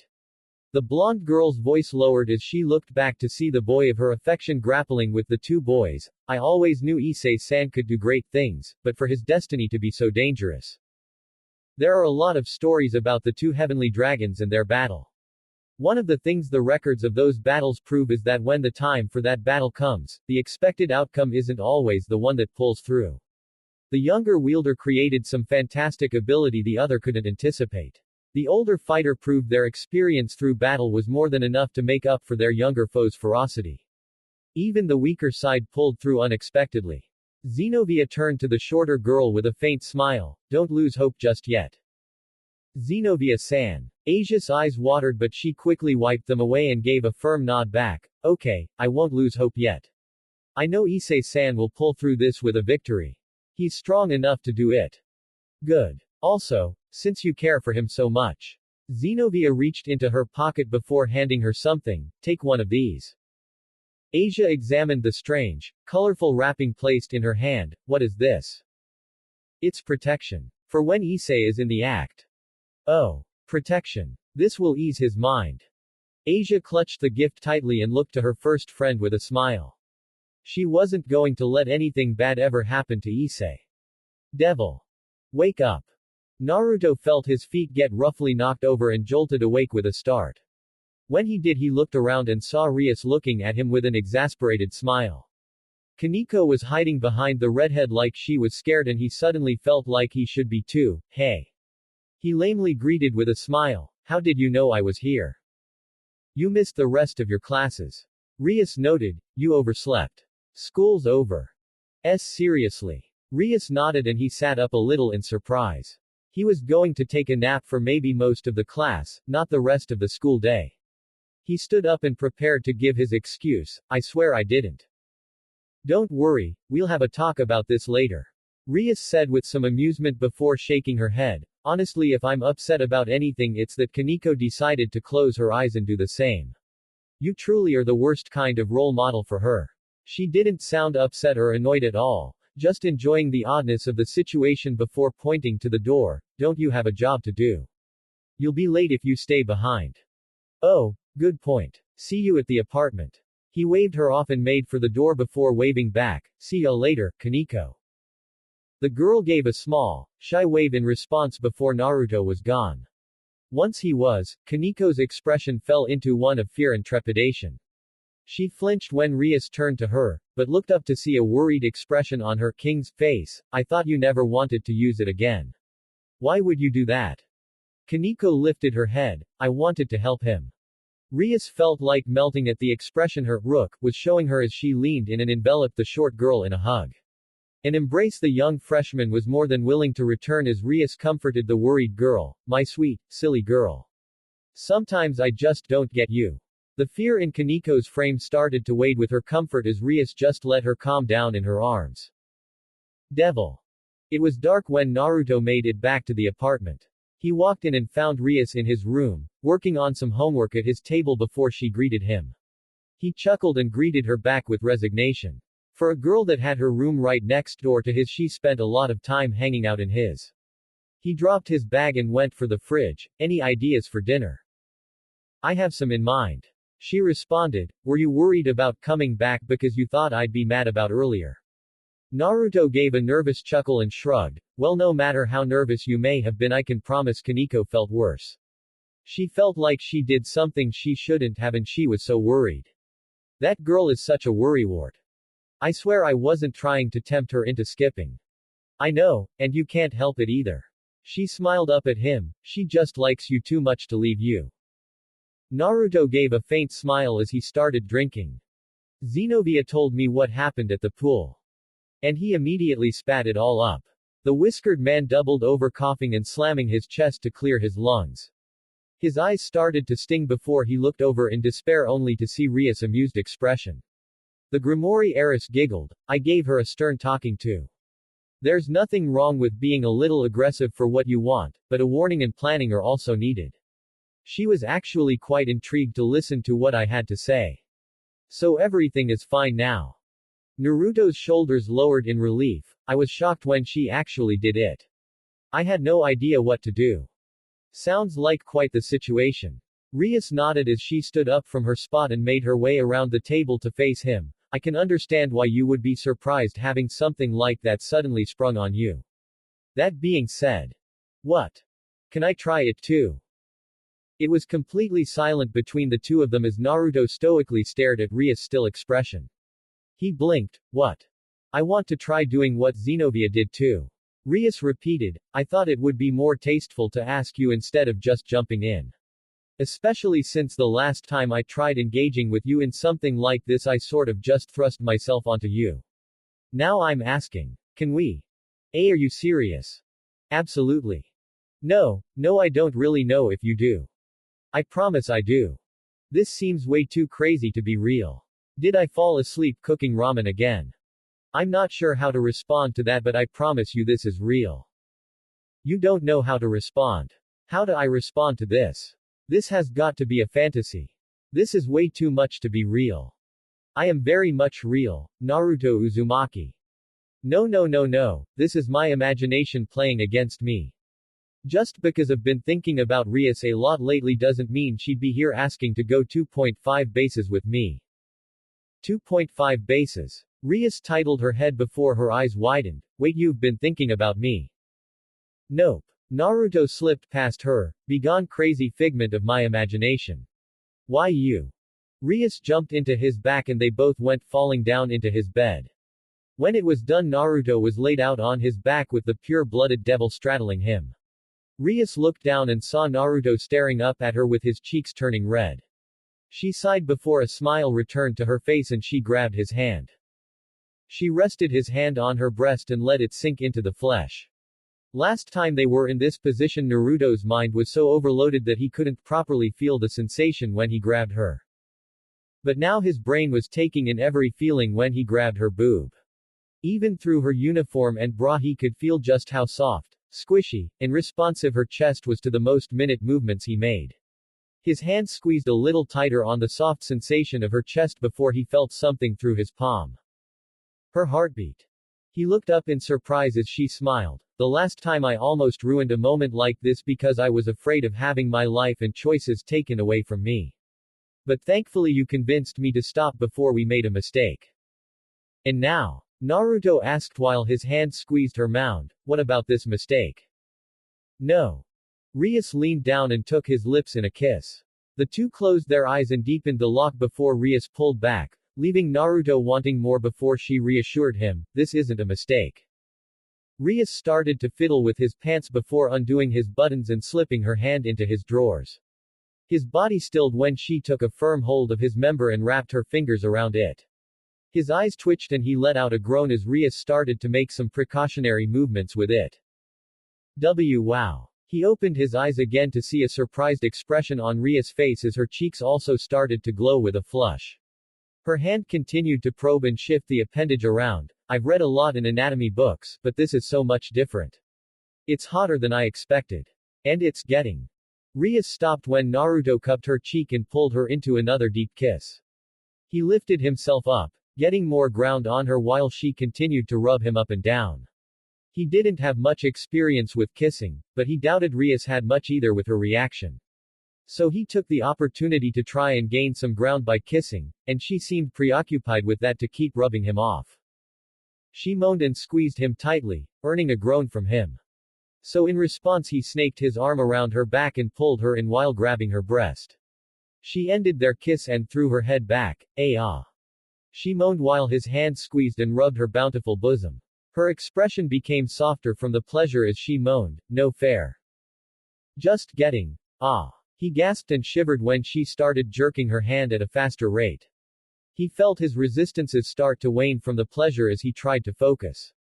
He closed his eyes and willed himself from trying to show any reaction before his hands left her breasts and went for her shirt.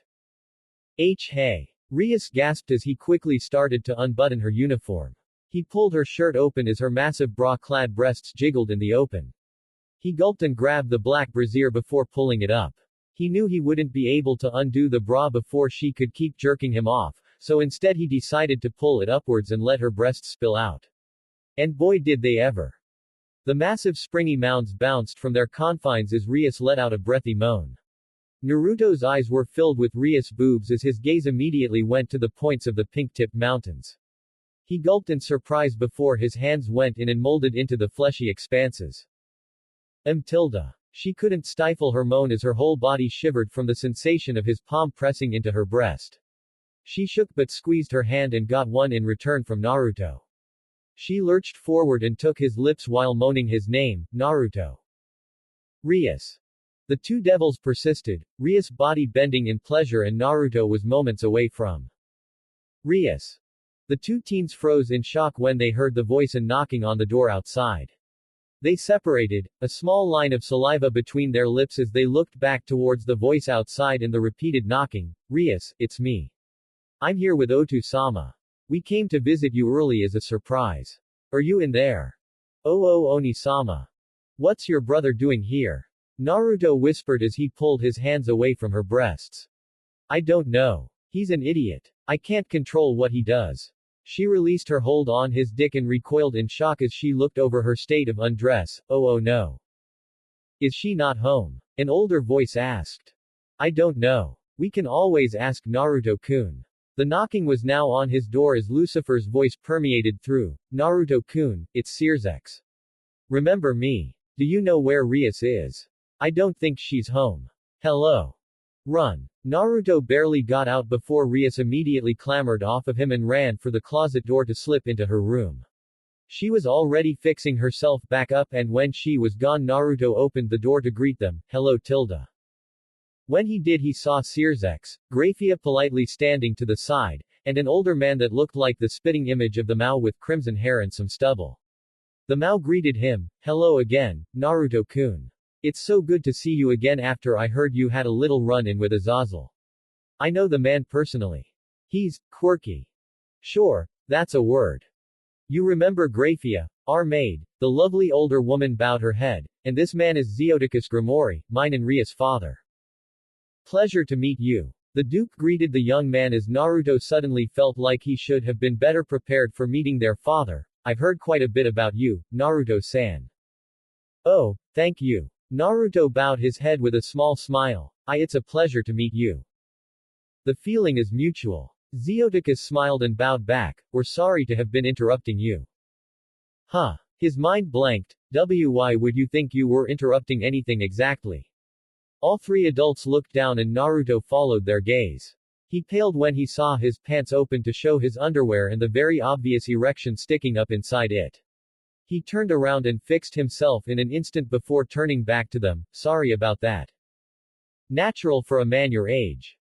Naruto felt too embarrassed to respond as the door next to his opened. Rias stepped out. Her form returned to its perfect and pristine norm as she dried her hands. "I'm sorry about that. I was getting ready to cook but you all were already stepping off." She greeted her family with a round of hugs before looking to Naruto with a smile. "They weren't bothering you, were they?" Not at all. He was bothered in a different way and really wished he could remedy that at the moment. "Well, I was about to suggest we go out to eat." Searzex smiled. "Would you like to join us?" "Yeah, stick around with the family of the girl he nearly climaxed with. That won't be awkward at all." He forced a smile. "I'd love to." Devil. He wanted to be anywhere else but here. Sitting in class with a horde of other students' parents cluttered in the back of the room to watch their kids study.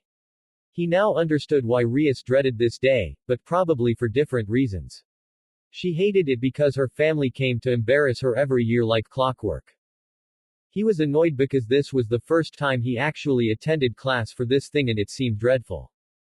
Some parents were whispering and talking in the back. Others were taking pictures or videotaping it. And one. "So Tantilda. Hey so Tantilda. You're doing such a great job." The short girl in the back failed to whisper and waved her arms around wildly with a huge joyful smile on her face.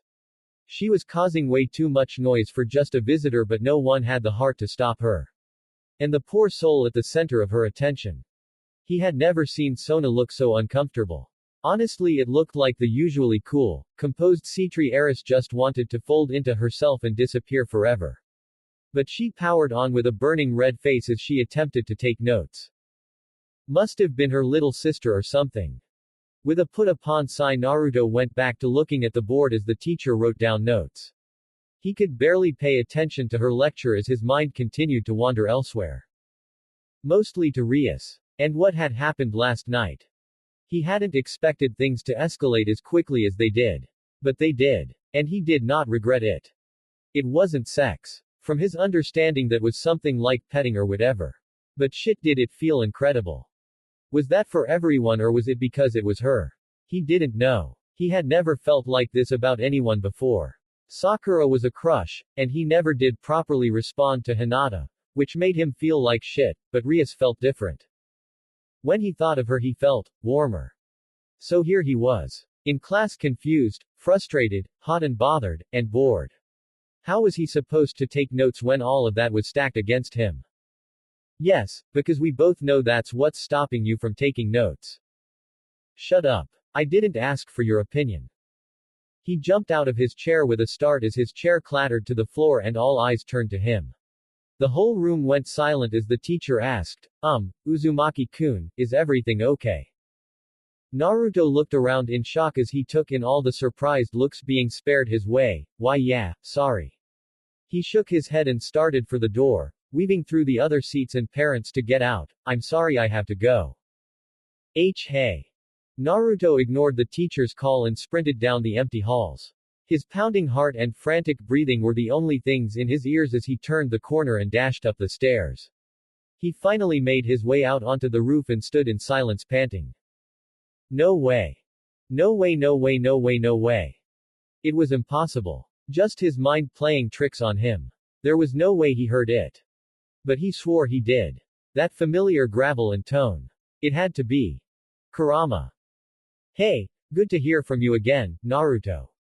He was reeling. He swore he was losing all sensation in his legs and was about to topple over.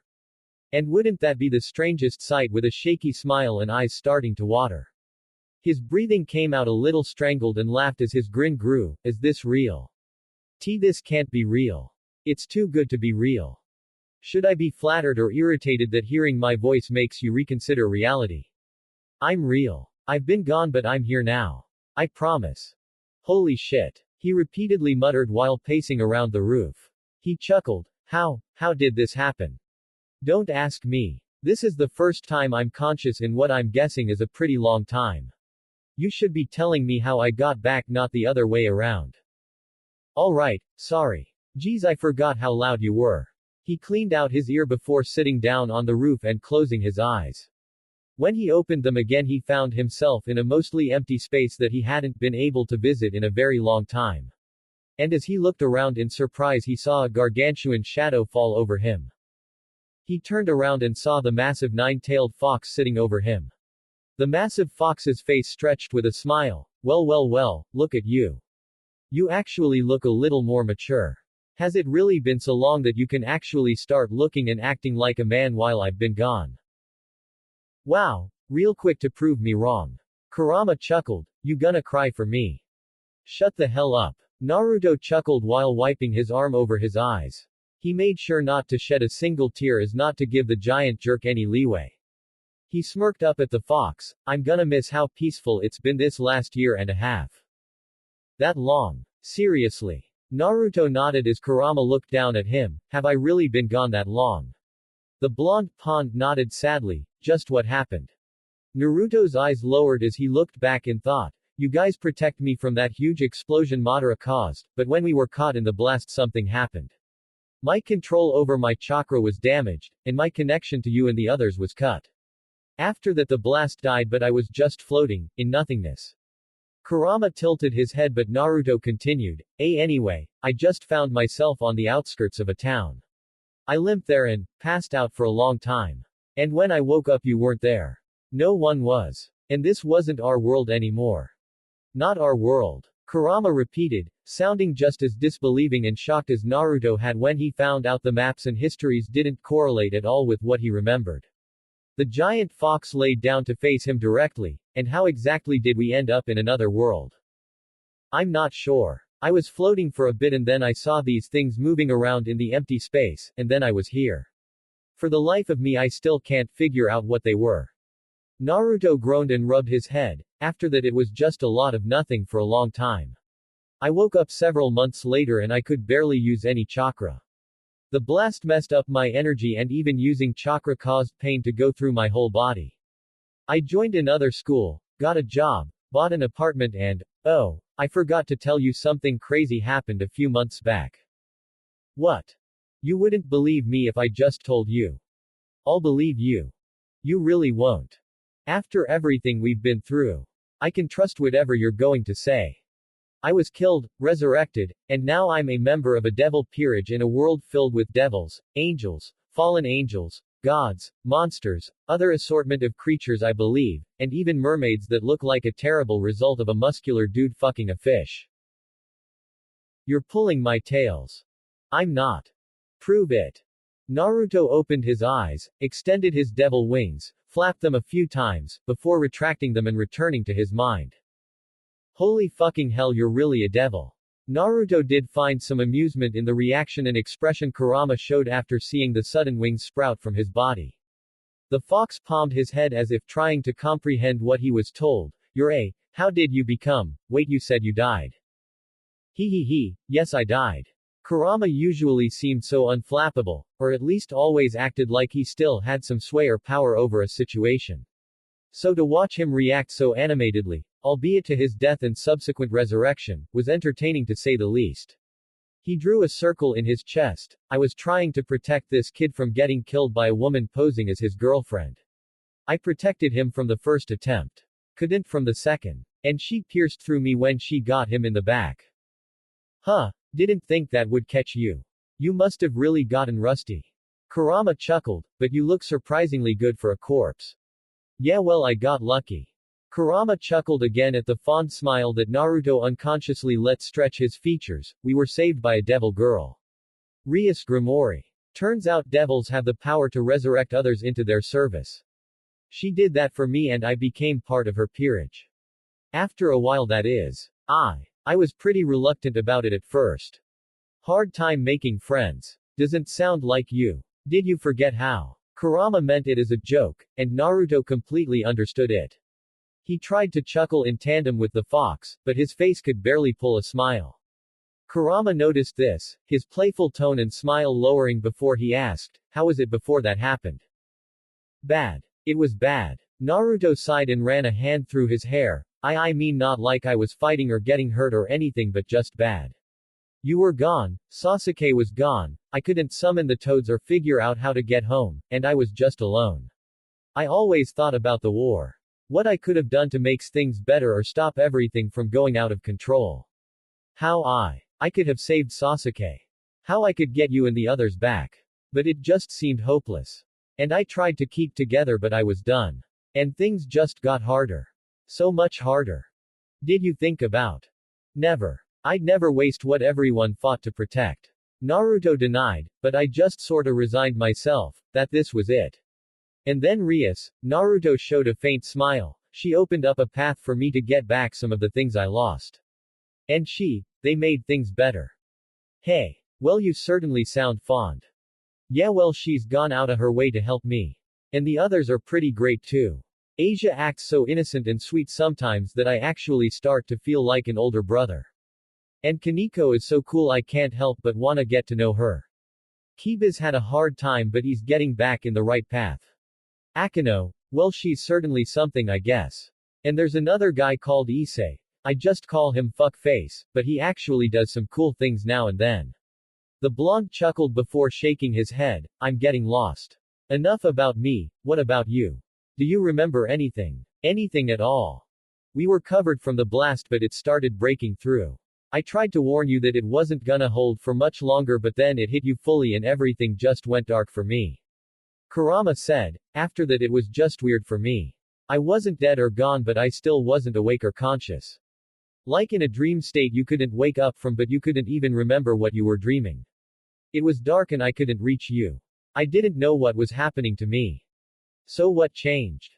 I don't know. The giant fox gave a mighty shrug, but yesterday was the first time I felt different. It felt like a sudden surge of energy just started to go through me again. I felt like I could maybe wake up again. What is it?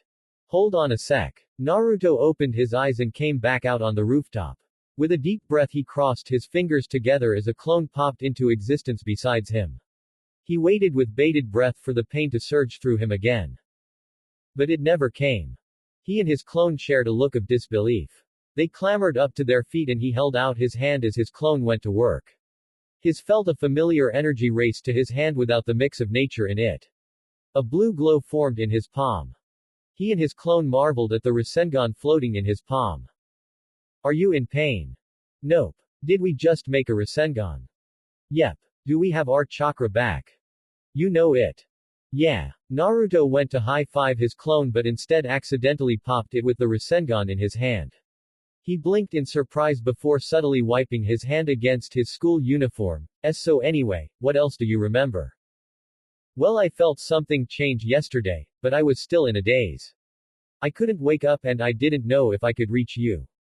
But then you did something that helped me reconnect. What? I'm not sure. But your heartbeat increased, your blood flowed faster, energy was swirling, and you just seemed more invigorated for whatever reason. It was thanks to that I was able to finally start waking up. Something that happened yesterday that made his heart race and got his blood flowing. Ooh. Naruto's eyes widened. Oh. What? Did you remember what it might be? Yep. He nodded, and you shouldn't worry about it. What was it? I want to know what woke me up. Trust me, Kurama, you really don't. It can't be that bad. Is it that bad? Not really bad, but you will be mad if I told you. Kurama sounded displeased but surrendered anyway. Naruto was relieved to move away from the potentially awkward discussion before it could escalate. He continued to strike up conversation with his old companion, recounting the people he had met and the adventures he had while in this world. Kurama sounded skeptical at first, but after some convincing he started to believe his tale. After that Naruto started testing out his chakra again.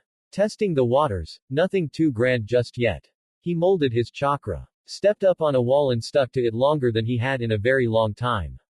Summoned a team of clones as they started doing activities in order to see how long they lasted. And then bit his thumb in an attempt to summon. It didn't work. Just a very small blood stain on the rooftop. Damn. I'm still really tired but I think something is wrong. Kurama warned, I can't channel my chakra properly just yet. Just give it some time. Naruto smiled and he opened and closed his hands a few times. Only now was he realizing just how much more energy he had in his system. Was this why he was feeling so antsy in the classroom earlier? Because his chakra was returning somehow. He had to figure this out. He had to know what changed. But until then, this is the best. I was wondering what had possessed you to make a showing like that in class. Now I know it was so you can come up here to talk to yourself. Metaphorically and, oddly enough, literally. Naruto and his clones looked over to see Akeno standing in the doorway with her arms crossed beneath her breasts. They all shared a look, some of them noting their current positions of either striking poses from boredom or lying on the rooftop to take a nap. With a collective cough they all burst into smoke, leaving the original Naruto alone with the queen. A small pink hue came to his face. How long were you standing there? Long enough to see three of the clones play each other in Rochambeau while another two whistled the theme song to Dragon Ball and the rest just started striking poses to see if they could balance on one foot. And of course I couldn't miss the part where you were talking to yourself. She held up her phone and gave a stunning smile with a little giggle, but no worries, Naruto-san, I didn't tape too much of it. Just enough to let Bucho know about your quirks and maybe give Issei-kun and Koneko-chan a good laugh. I might be a giant monster who doesn't really pick up on people's personalities very well, but she distinctively strikes me as, Naruto sighed as Kurama hummed, you see it too. Classes are about to end. Akeno smiled, why don't you come back in before what little is left of your sanity slips off the long, treacherous slope that is the madness settling in your mind. Yep. Definitely one of those. Devil. Oh, you're the troublemaker-kun that all the people were taking about after you dashed out of the class so quickly. Well, you don't look that mean, Tilda. You actually look kinda confused, which is cute. The giddy voice greeted up at him, you make sure to treat Sotan kindly, okay. Naruto stared down at the strange young girl that had greeted him in the hallway. Akeno and Tsubaki stood off to the side and watched while Sona was stood behind the shorter girl while rubbing her eyes tiredly. The blonde noticed some quick similarities between the Stuco president and this odd girl. Their eyes were the same color, their faces were identical, and they had the same shine of black hair. Even he could tell that they were sisters. And while Sona was obviously more mature and taller than her sibling, this girl seemed gifted in her outward growth. They jiggled slightly even in her suit. Naruto looked up towards the exasperated student council president. Kaichu, I didn't know your little sister was coming to visit you today. That's really sweet. Sona sounded haggard as she let out a sigh that lasted several seconds. She fixed her glasses up her face before motioning towards him. Oni-sama, this is Naruto Uzumaki-kun. He recently became part of Rias Club. Uzumaki-kun, this is my older sister, Serafall Leviathan. She's in a similar seat of power as Sirzex-sama. She was. Wasn't that spot one of the highest power and authority for all devils? So that meant that this girl was actually just like Sirzex. Nice to meet you, Naru-chan. But I must warn you, she wagged her finger in his face, you can't have Sotan. Her young, lithe body is for her Oni-chan and her Oni-chan only. Okay. Only I am allowed to love Sotan. Yep. Just like Sirzex. They were both idiots. But that doesn't mean you can't still be friends with her. Serafall beamed with joy, I love how many friends Sotan has. There's Ria-tan, and Akeno-chan, and Tsubaki-chan, and Saji-chan, and now Naru-chan too. She looked up between her little sister and the whiskered blonde, make sure to be good friends, okay. Yes, Oni-sama, Sona drearily answered. I'll make sure to be good friends with Uzumaki-kun. No. That's too formal for friends. Serafall whined. So Tan, you have to address him with a little more cheer. Naru-chan, you too. Naruto and Sona were left in silence after the powerful devil's unreasonable demand. Naruto was about to intervene before he noticed Sona's shaky form. He looked and paled at the mixture of blush and green on her face as the sea-tree heiress eyes started to swirl. Sona forced out, please take care of me, and Naru-chan. Naruto turned back to Akino and Tsubaki for advice, but they were merely watching with amusement. He turned back around and saw Serafall staring up at him expectantly while Sona resigned herself to this torment. He gulped before forcing a smile on his face. Yeah, you two-s. So Tan. Yay. Friends. Serafall cheered before making her way down the hall and waving back. Come in, So Tan. Let's go get something to eat. I'm starving. There was an uncomfortable silence between the Uzumaki and the sea-tree. Sona fixed her glasses and quickly turned around. We'll forget this ever happened, Uzumaki-kun. Agreed. Agreed. Sona quickly made herself scarce as he turned around and glared at the two unrepentant queens. I don't know why I look to you two for help at all. You're useless. I can't help it. Akino cooed. I just enjoy myself too much when I see you in terrible situations like that. I'm not sure how I could have even helped. Tsubaki at least sounded sincere about her apology. Leviathan-sama is rather, well, everyone has their own ways of handling her. Ah, that sounds difficult. He sighed and looked back in time to see Rias slowly stalk forward. She looked almost downcast, her eyes refusing to raise from the ground as she dragged her feet. He had never seen her look so defeated before. He spoke up. Rias, what's up? She didn't respond. He didn't think she even heard him before she walked straight into him and rested her face in his chest. He looked down at her strangely, avoiding a strand of her hair from pushing into his mouth before he heard the crimson-haired woman groan tiredly and lean into him. Some people stopped and gawked at the scene, but he just looked back at the queens, in hopes that they'd actually help. Lucifer-sama and Gremory-sama were very interested in getting her attention during class. She's quite tired. I'll spell this one out for you. Akino smiled and motioned her hand, pat her head and console her. He looked down at Rias to see she still hadn't removed herself from his chest. He sighed but relented to the task she so obviously was relegating to him. He gently laid his hand on her hair and patted her head. There, you survived. Good job. Naruto felt her hum reverberate in his chest, but she still didn't step back. Soon enough he felt Akino and Tsubaki walk off to leave them alone. And there were a few dozen students looking at the scene in frustrated envy and confusion. He had to ask how this happened as he continued to pat her head. Devil. And I got this one from Motohama that said, dude, ya hear about what happened on the third year's floor? Gremory-sama being embraced by that Uzumaki fella. You believe it? Is this real? Issei stifled his chuckle. There are a ton of pictures too. Anya Kiryu told me about this while people were talking about it in the halls. Xenovia added in her piece to the conversation. She said this was two lovers in the heat of their passion just barely able to contain themselves even in the sight of others. The blue-haired girl nodded with some intrigue to her voice. Quite a sight indeed. Everyone came up to me and asked if Naruto-san was dating Bucho-san or if he was just doing something to get her attention.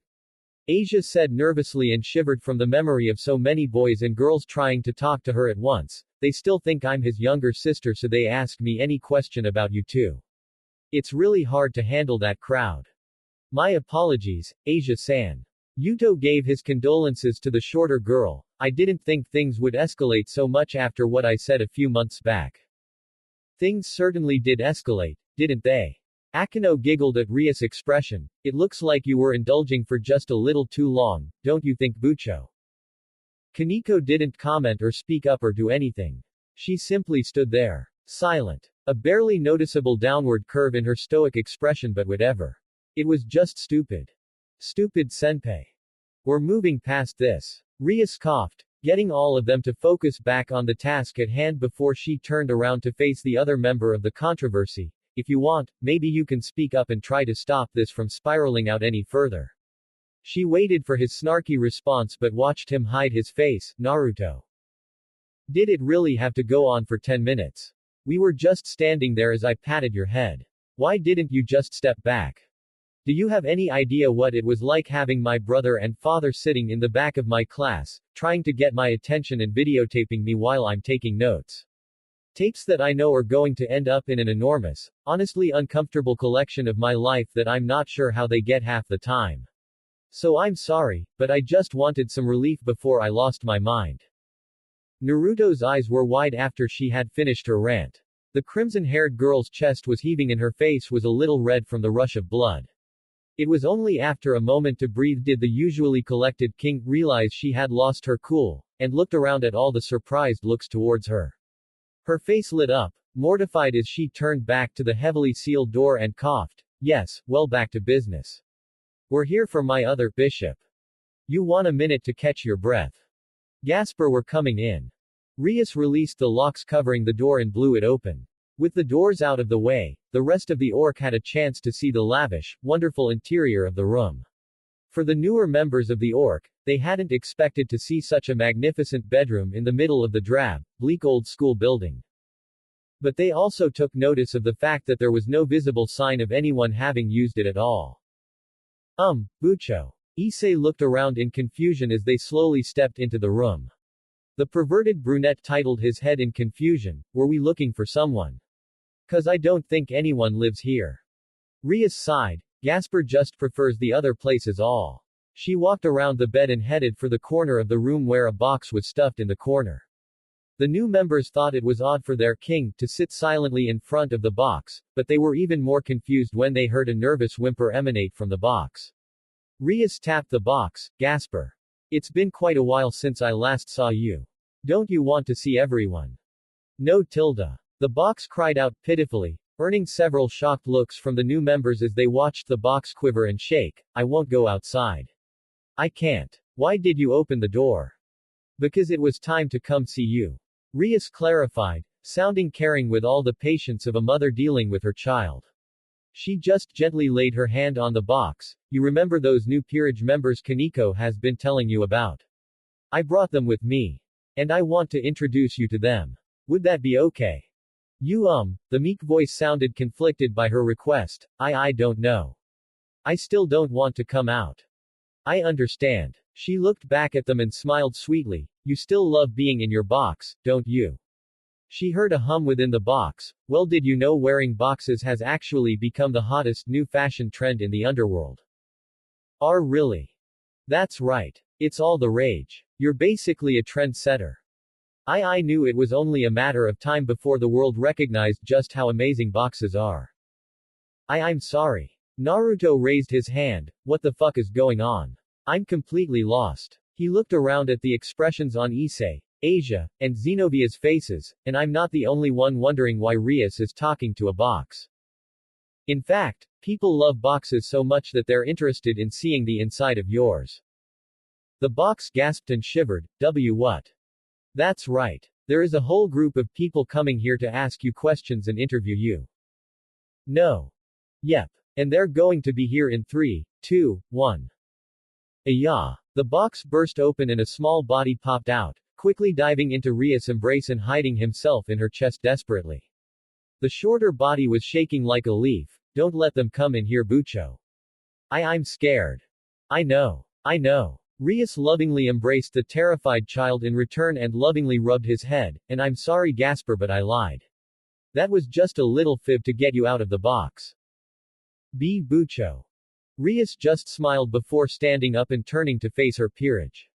She felt the terrified bishop hide behind her back and barely peek out from behind her. "Everyone, I want to introduce you to my bishop. This is Gasper Vladi, a first year alongside Koneko. And he's also half vampire.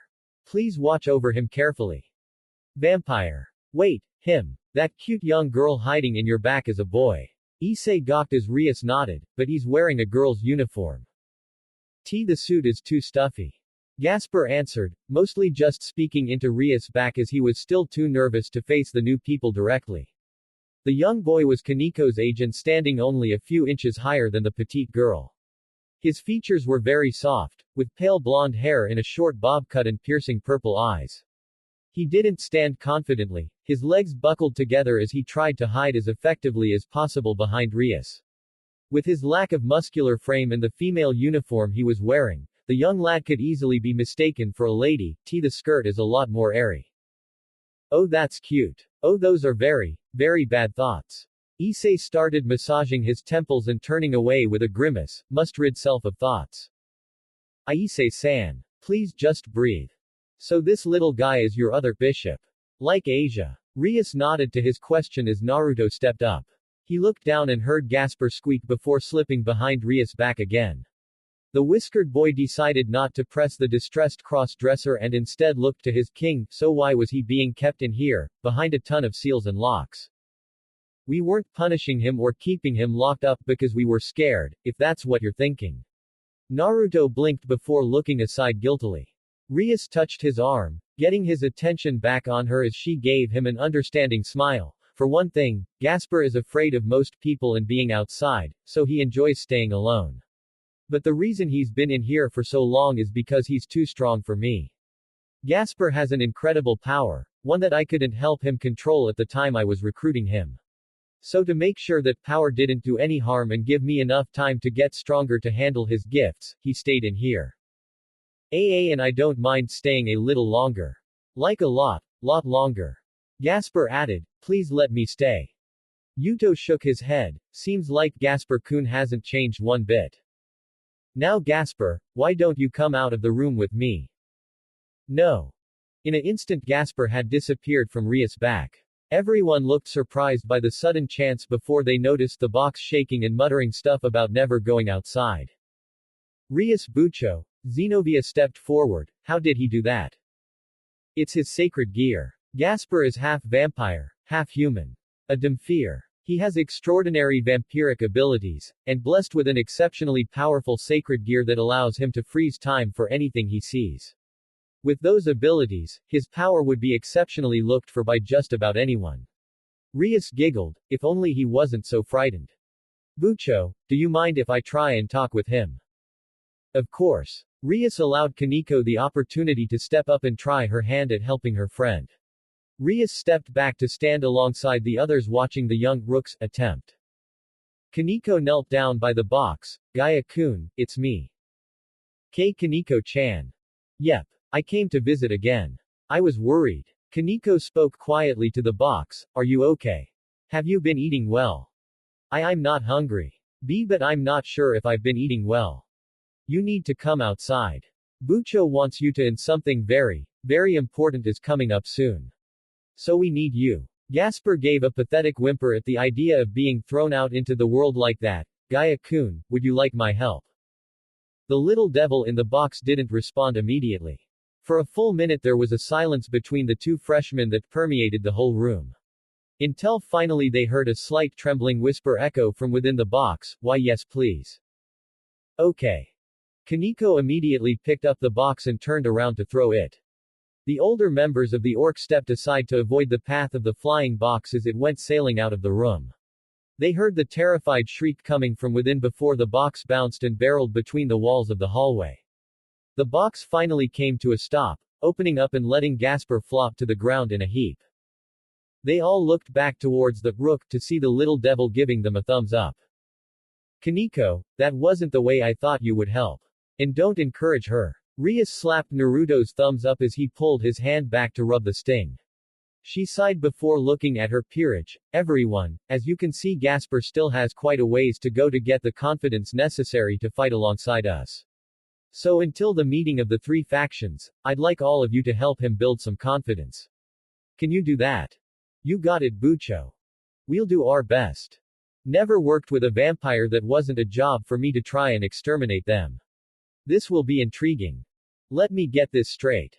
Naruto turned to the redhead, you want to leave that kid's social rehabilitation in the hands of us.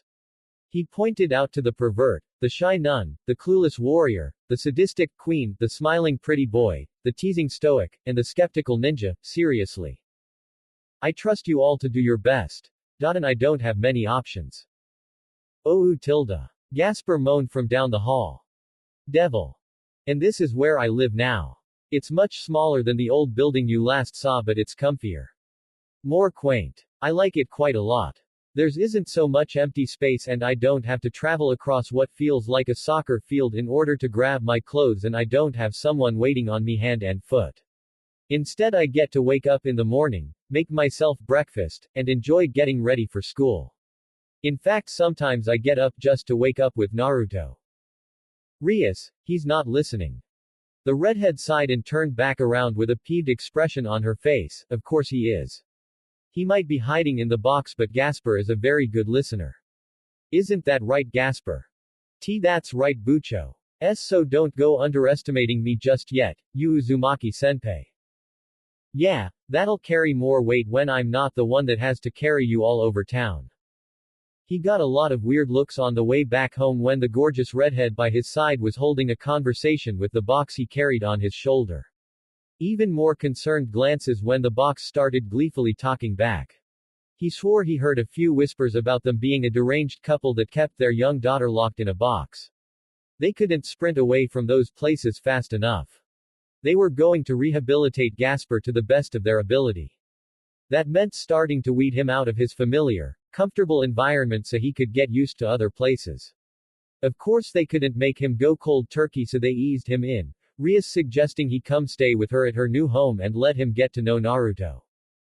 Naruto raised a point against it but he was soundly outvoted and had to carry the Dampier home. Rias fiddled with the key to his apartment and let the door swing open. She stepped in and dropped her bag before sliding open the closet door and smiling back at the blonde and the box. I'm going to get dinner started, okay. Now I hope you two can have some nice conversation while you wait. I'll be back. She sounded so pleased with dumping this task on him. Naruto sighed and stepped in before kicking the door closed, dropping his bag on one side and placing the Gasper box on the table. He dropped down as well and stared at the box expectantly while the sounds of Rias humming and cooking in her room echoed into his. Things were completely silent between them. Gasper spoke up first with a meek tone. Can you please not stare so much? I'm getting nervous. I'm not staring at you. I'm staring at the box. Naruto corrected. If you want you could come out of the box and we could talk then. I'm good. Then I'm gonna keep staring at the box. Gasper relented with a sad whine as Naruto sat up and crossed his arms. Why did you choose a box anyway? Oh, that's because boxes are small and comfortable and I don't have to be surrounded by a crowd when I'm in them. Gasper whispered, it's just more peaceful. Okay, but why be in a box in the first place? Are you that uncomfortable around people? As the silence carried on and it was clear Gasper wasn't going to answer. Naruto started to put the pieces together and nodded. You stay in it because you want to avoid them, don't you? Not everyone. Gasper was quick to clarify with a jump of his box. It settled at the young boy's voice whispered out, I love everyone I know. Bucho took me in when I needed it most and Koneko-chan always plays and checks up on me. Akeno-senpai and Yudo-senpai always treat me like family. And I have a few others too. Just, everyone else doesn't like when I'm around. Kinda sounds like you when you were younger. And Shukaku's kid while he was growing up. Naruto tried not to focus on the comparison Kurama pointed out but it was just too obvious not to agree. Even in this world, it was becoming painfully clear that the same separation that burdened him for so much of his life was still present even in this place. He sighed before leaning on one hand and staring at the box. Do you not like what Rias is asking us to do? For you to get more comfortable outside again. I know why she's asking me to do it. It's just I'm scared. It's scary and uncomfortable for me to do this. I bet. Naruto nodded. Gasper, I understand why you're afraid and if you don't like being around people so much, I can understand that too. But Rias is here with you now. And you're not scared of her, right? No. No of course not. And you said the same thing for Kiba and Koneko and Akeno, who you know is usually someone to be scared around. Gasper giggled, plus there are more people that joined your side now too. Me, Asia, Xenovia, and Fu, Issei. We're a part of this now too. And if you'll give us the chance, I bet you'll see we will like having you around too. Naruto reached out and pulled the top of the box open by the slightest inch. Gasper yelped but Naruto stopped from pulling it completely open before just holding out his hand. We don't want to force you to do anything. But we'd be happy to help you out if you want. A tiny hand slowly emerged from the top of the box and reached for Naruto's. The whiskered man chuckled and took the hand softly. Gasper let out a small whine before gulping and sitting up completely. The nervous vampire sat in his box, looking down at where he was holding hands with Naruto before shaking it. My name is Gasper Vladdy, it's nice to meet you. Naruto Uzumaki. Nice to meet you too. He lifted the box up and dropped it to his side and let Gasper sit beside him. He smiled down at the little vampire. What's wrong? I'm just surprised. Gasper admitted, when I came to the school with Koneko-chan, I had heard rumors about someone that went to our school named Uzumaki. There were a bunch of scary stories revolving around you, like how you secretly had ties to the mafia overseas, or how you were violent and started fights whenever you got mad, or how you walked into this town for the first time covered in blood and injuries. What the hell did you do while I was gone? To be fair, the blood thing was real, but it was only a little and I was hurt. And I only got into fights with people that started them with me. Sorry. Gasper flinched, before hanging his head. What I mean is that there was a lot I found scary about you when I heard the stories. But then Koneko-chan came one day to visit me and told me you were going to be a part of the peerage. And then when she came again and told me you weren't nearly as scary as the stories said. You were nice, and kind, and caring, and strong, and cool. Koneko had said all of that about him. And the more she said, the more I realized that the scary image I had of you wasn't true at all. I had just kinda made a decision about you based off only what I had heard and what other people had acted like. Which is awful. Gasper's eyes lowered again as he sadly muttered, I was doing the exact same thing I hated. Gasper squeaked when Naruto patted him on the back. He looked up to see Naruto's smile as the older blonde chuckled, you don't need to beat yourself up so much. We hadn't even met yet. What's important is how we act from this point on. And no worries about that either, because we're friends now. Agreed. Gasper looked like he was going to cry, which contradicted the hopeful smile that threatened to split his face. He forced back any tears from falling out and nodded in agreement, absolutely. Thank you, Naruto-senpai. Well, don't you two look thick as thieves. You know, I can always just open the front door. Naruto noted with a smile as Rias carefully walked back through the closet with several plates of curry in her arms. He stood up to take two. You don't have to snake your way through there every time, you know. We could even go to your room instead. It's no bother, plus I like your room so much. Rias said with a casual smile before sliding a plate in front of a beaming Gasper. Here you go, Gasper, I know you don't like it too spicy. Yay. Thank you, Bucho. Gasper happily replied before digging into his dish, still sitting in his box like he didn't mind at all.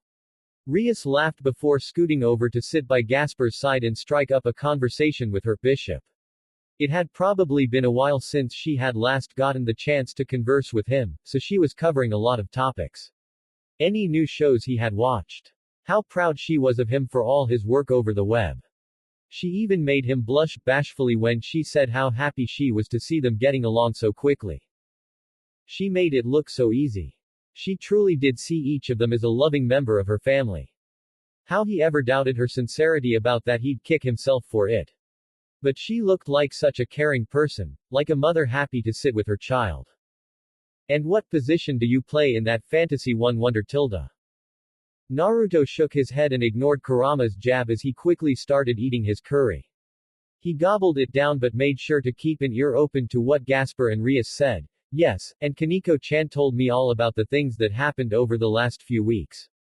How we got new members to the peerage, and how you fought the fallen angel, and how you had a rating game too. Gasper. The young bishop had come to a stop in his joyful conversation with Rias before looking up at her guiltily. I'm sorry, Bucho. That was such an important event and you needed everyone by your side. And not like I could have helped much anyway, but. Stop it. Rias cut him off by enveloping him in a hug, holding his head to her chest. I know how scared you would have been in a situation like that. And we're all safe now. So I don't want to hear any more of this self-deprecating talk, okay? There's nothing to forgive.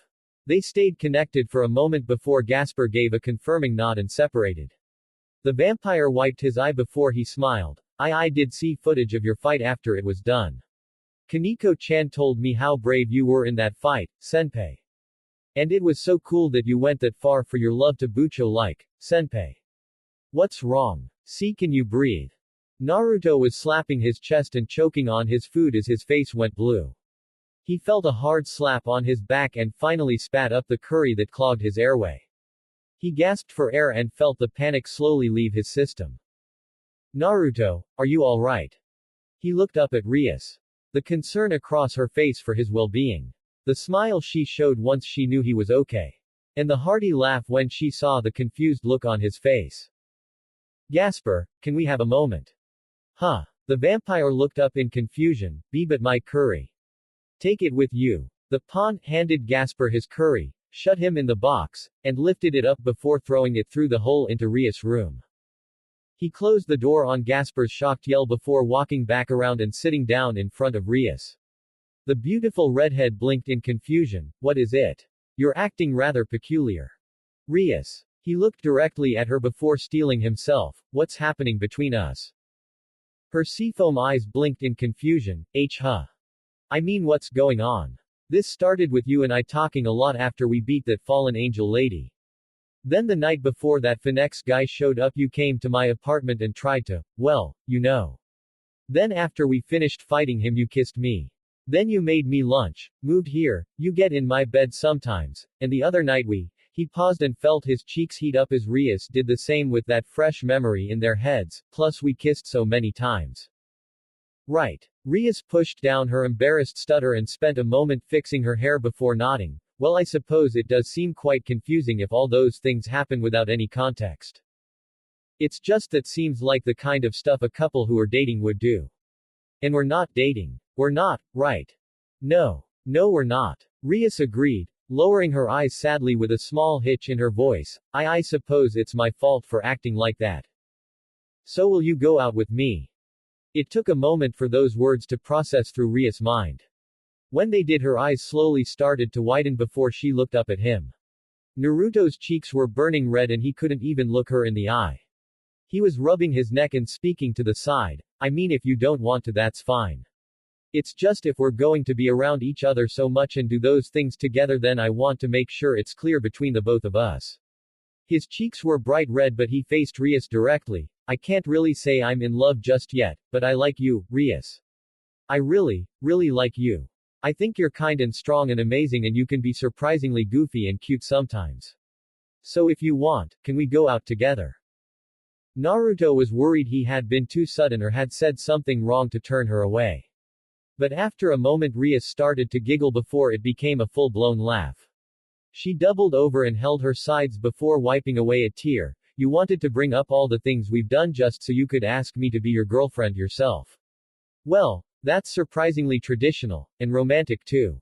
He blushed and scowled at her teasing tone before she gave a big smile. Yes, I would love to be your girlfriend, Naruto.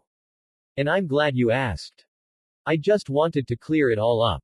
He answered with a frown as she chuckled. With all the teasing and stupid rumors flying around, I'd rather face them knowing it's official. This is so backwards.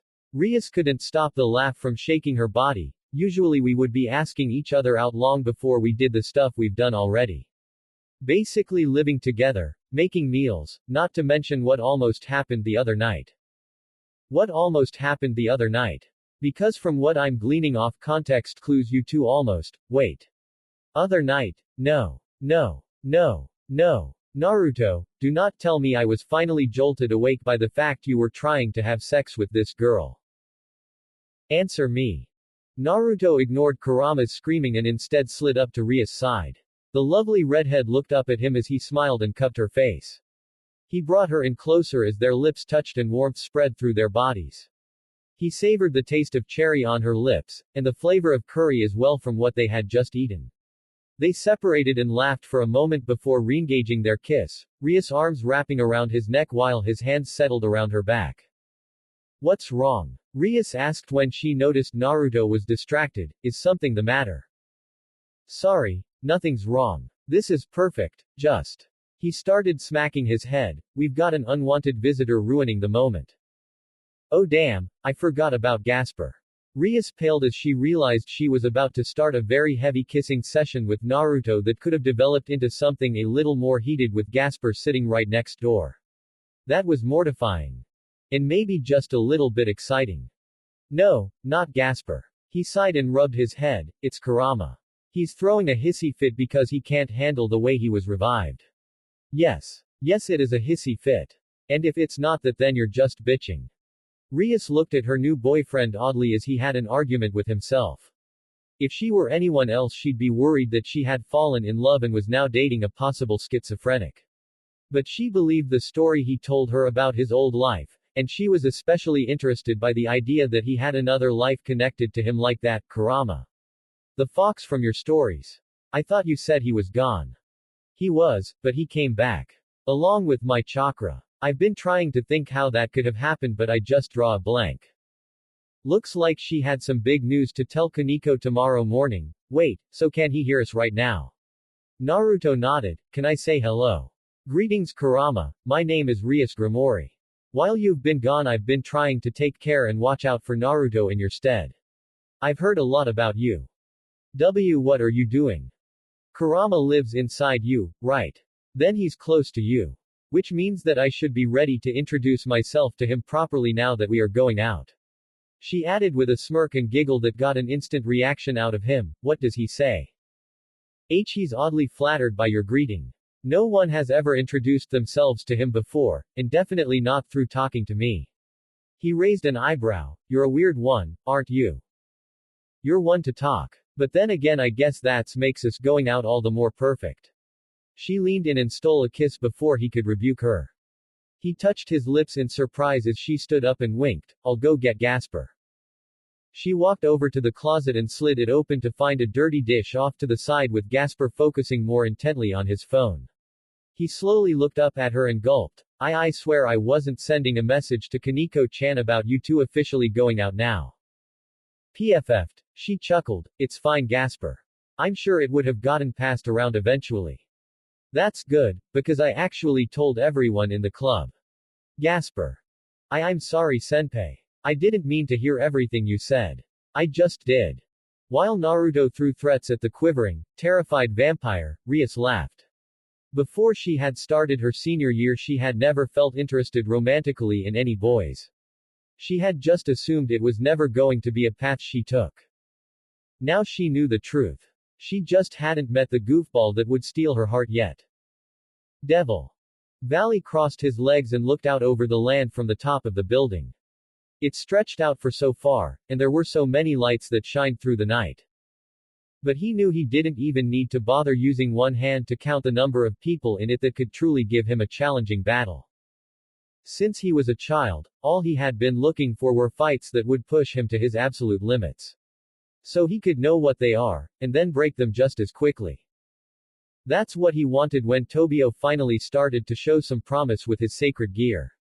He just never got the chance to fulfill that wish and fight/dog himself. That was something that was bugging him about this whole peace treaty Azazel was proposing. He had made a list of people he wanted to fight in the future. Exceptional beings and fighters from all over the world that proved with their power or skill that they could truly challenge his might. He had been looking forward to facing those people one at a time.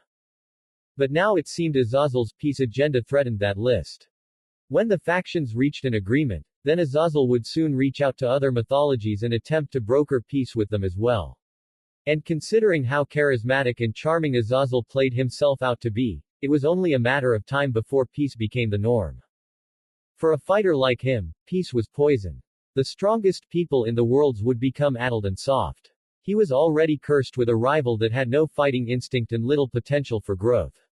Now everyone he had set his eyes on was going to be experiencing the same decline. It was annoying. Oh well. It wasn't like it was going to be a problem for him much longer anyway. Vali smirked before his clock went off and he reached back for his cup. He pulled the lid open and started to indulge himself in the deliciousness of the ramen and broth. Albion. Vali. I am here. The silver-haired man looked back at the sudden appearance of his companion as they slowly stepped up to his side.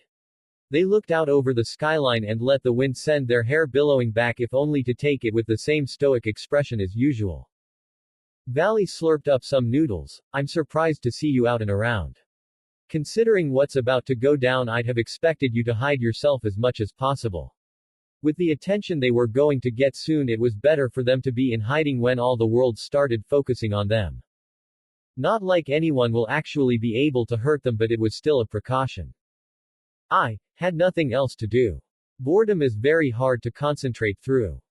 Vali scoffed. That's a bit hypocritical, seeing as your aim for silence in the dimensional gap is the whole reason for this plan.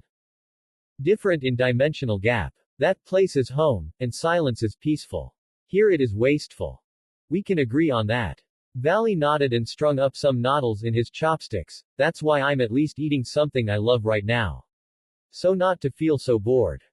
Noodles. Vali seems to eat them almost every day. Did they perhaps have a hold on dragons? Might they be the secret to defeating Great Red that I have been searching for? Vali wanted to argue, but the being in the small girl's body had already knelt down by his side and was examining the cup ramen intently. He sighed and allowed them to inspect the meal for a moment while he waited. He had no idea how the most powerful being in existence was such an empty-headed weirdo, but he was the one who made friends with it, so what did that say about him?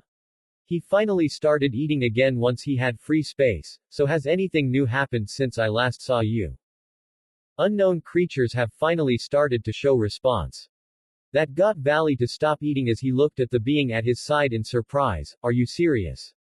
What happened? Not sure. I was told that they have finally started showing movement and responses to stimuli around them. No thought. Merely action. The beings Ophis had brought to their attention were things unlike anything Vali had seen before. He had only caught a glimpse of them before they were taken away to be analyzed. They were massive and powerful, but they were empty and mindless and unresponsive. The idea that they were finally making some kind of movement. It was certainly intriguing. Ophis reached up to the accessory around its neck and looked down at it quietly. With those creatures, Great Red may finally be defeated. And I can have my home. Vali wasn't sure where Ophis found that ragged old thing or why the dragon god wore it, but he knew Ophis didn't feel like being separated from it. It was the catalyst that found those monsters and helped the dragon god make the decision to start fighting the greatest power in existence. The metal on it might have been rusty and obviously warped by some damage, but the black material did go well with the gothic tone of their dress. Vali still wasn't sure why there was some weird kind of swirly snail in the middle of the headband, but he wasn't arguing. He smiled before slurping up some more noodles. It was almost time for chaos to reign. Omake. Culture shock. Karaoke. Naruto had been invited out with the others to try and help Gasper get used to areas outside of the school. Rias and Akino were busy helping Searsex prepare for the meeting, so he was the senior member watching out for the others. He thought he could handle whatever they went out to do. He was pretty startled as he held the microphone in front of his juniors as music played behind him. So what am I doing? Sing to the lyrics as they start getting colored. Issei called out over the cheers from the other members of the club. I don't know any songs. That's okay. Yuto encouraged him, you'll do great. Asia nodded, you'll do great, Naruto-san. Don't be deterred. Xenovia nodded proudly. You can do it, Naruto-senpai. Gasper called from his box, we believe in you. Koneko just gave him a thumbs up. I really don't think I should be singing up, Jojo. Naruto gave a frightened yell as the music suddenly spiked and the words popped up on screen. They started clapping as he stared at the word, s Sora. Koboryoki de Futatsu no Hishi ga Hikari to Yami no Manamo Sukomori, Yuku Issei-kun, are you filming this? Absolutely. Issei hid his snicker and recorded the whole thing with his phone as the girls cheered on their whiskered senior. He didn't sound very remarkable, but he certainly seemed less rigid and more enthusiastic as the song went on. And the others were having a ton of fun as well. They all looked eager to take the mic next. But it was definitely worth putting their grumpy blonde senior on it first. It was things like never getting the chance to hang out and do stuff like this that made Issei believe that his story about coming from a ninja world could hold merit. And with all the other crazy stuff in the world he was discovering, then alternate worlds seemed just crazy enough to be real too. But it was funnier to poke and prod the older teen, even if that usually meant pain for him and his testicles. Oh well. He was totally keeping this as blackmail material. Okay, several days since we started Yasuke's rehabilitation and we're coming along well. We finally got him out of his room without having to throw or manhandle him. We convinced him to leave his box. And his sacred gear training is coming along smoothly. Issei noted with a smile. With Rias gone to set up preparations for the big meeting and Akino assisting her, it was up to the rest of them to watch over the Dampier's training. With mixed results, although then again it hasn't gone as perfectly as we expected. Had to make some compromises. Issei senpai. Look. I have a greater field of vision when I make the holes a little bigger. I'm not gonna keep tripping over rocks and bags now. Everyone looked over at the odd sight of the young bishop wearing a large brown bag with eyeholes over his head. He stumbled forward, his footsteps slow and hands out wide as a buffer between slamming into anything. Gasper giggled gleefully at his clever innovation. The others watching could only gape at the odd relief the vampire found in wearing the bag. Excellent work, Gaia-kun, you've come so far so quickly. Thanks Koneko-chan. I couldn't have done it without you. To celebrate, I got you a little gift. Can you lift your bag please? A gift. For me. He hesitantly lifted the bag but spoke with barely contained joy in his voice. Koneko-chan, I don't know what to. No. Not garlic. I hate garlic. Come on. Smell it. You won't be able to grow up unless you can do it. Koneko kept pushing the stinky vegetable in his face despite his protests. Gasper turned around to flee but Koneko was hot on his trail. Smell it. Yuto watched the rook chase the bishop around with a piece of garlic. Koneko-chan has always been close to Gasper-kun. I think it's because they're the same age so they can connect better than we could to either. They're really sweet actually. Koneko-chan, Asia called out, don't chase him too much. Gasper-kun might trip. Sweet. Issei questioned as Gasper cried out in fear, you know I've never thought to ask but is Koneko-chan possibly sadistic? Better not to ask. Naruto piped up, but if you're still interested, you might wanna ask about that one. Gasper. Eek. Are you trying to run away from our training? Xenovia announced sternly. The blue-haired warrior strode forward with a mighty gait and her durandal at her side. She hefted the blade up and pointed it at the vampire, do not attempt to escape from me. I shall make a fearsome, respectable warrior out of you, or severely cripple you in the process.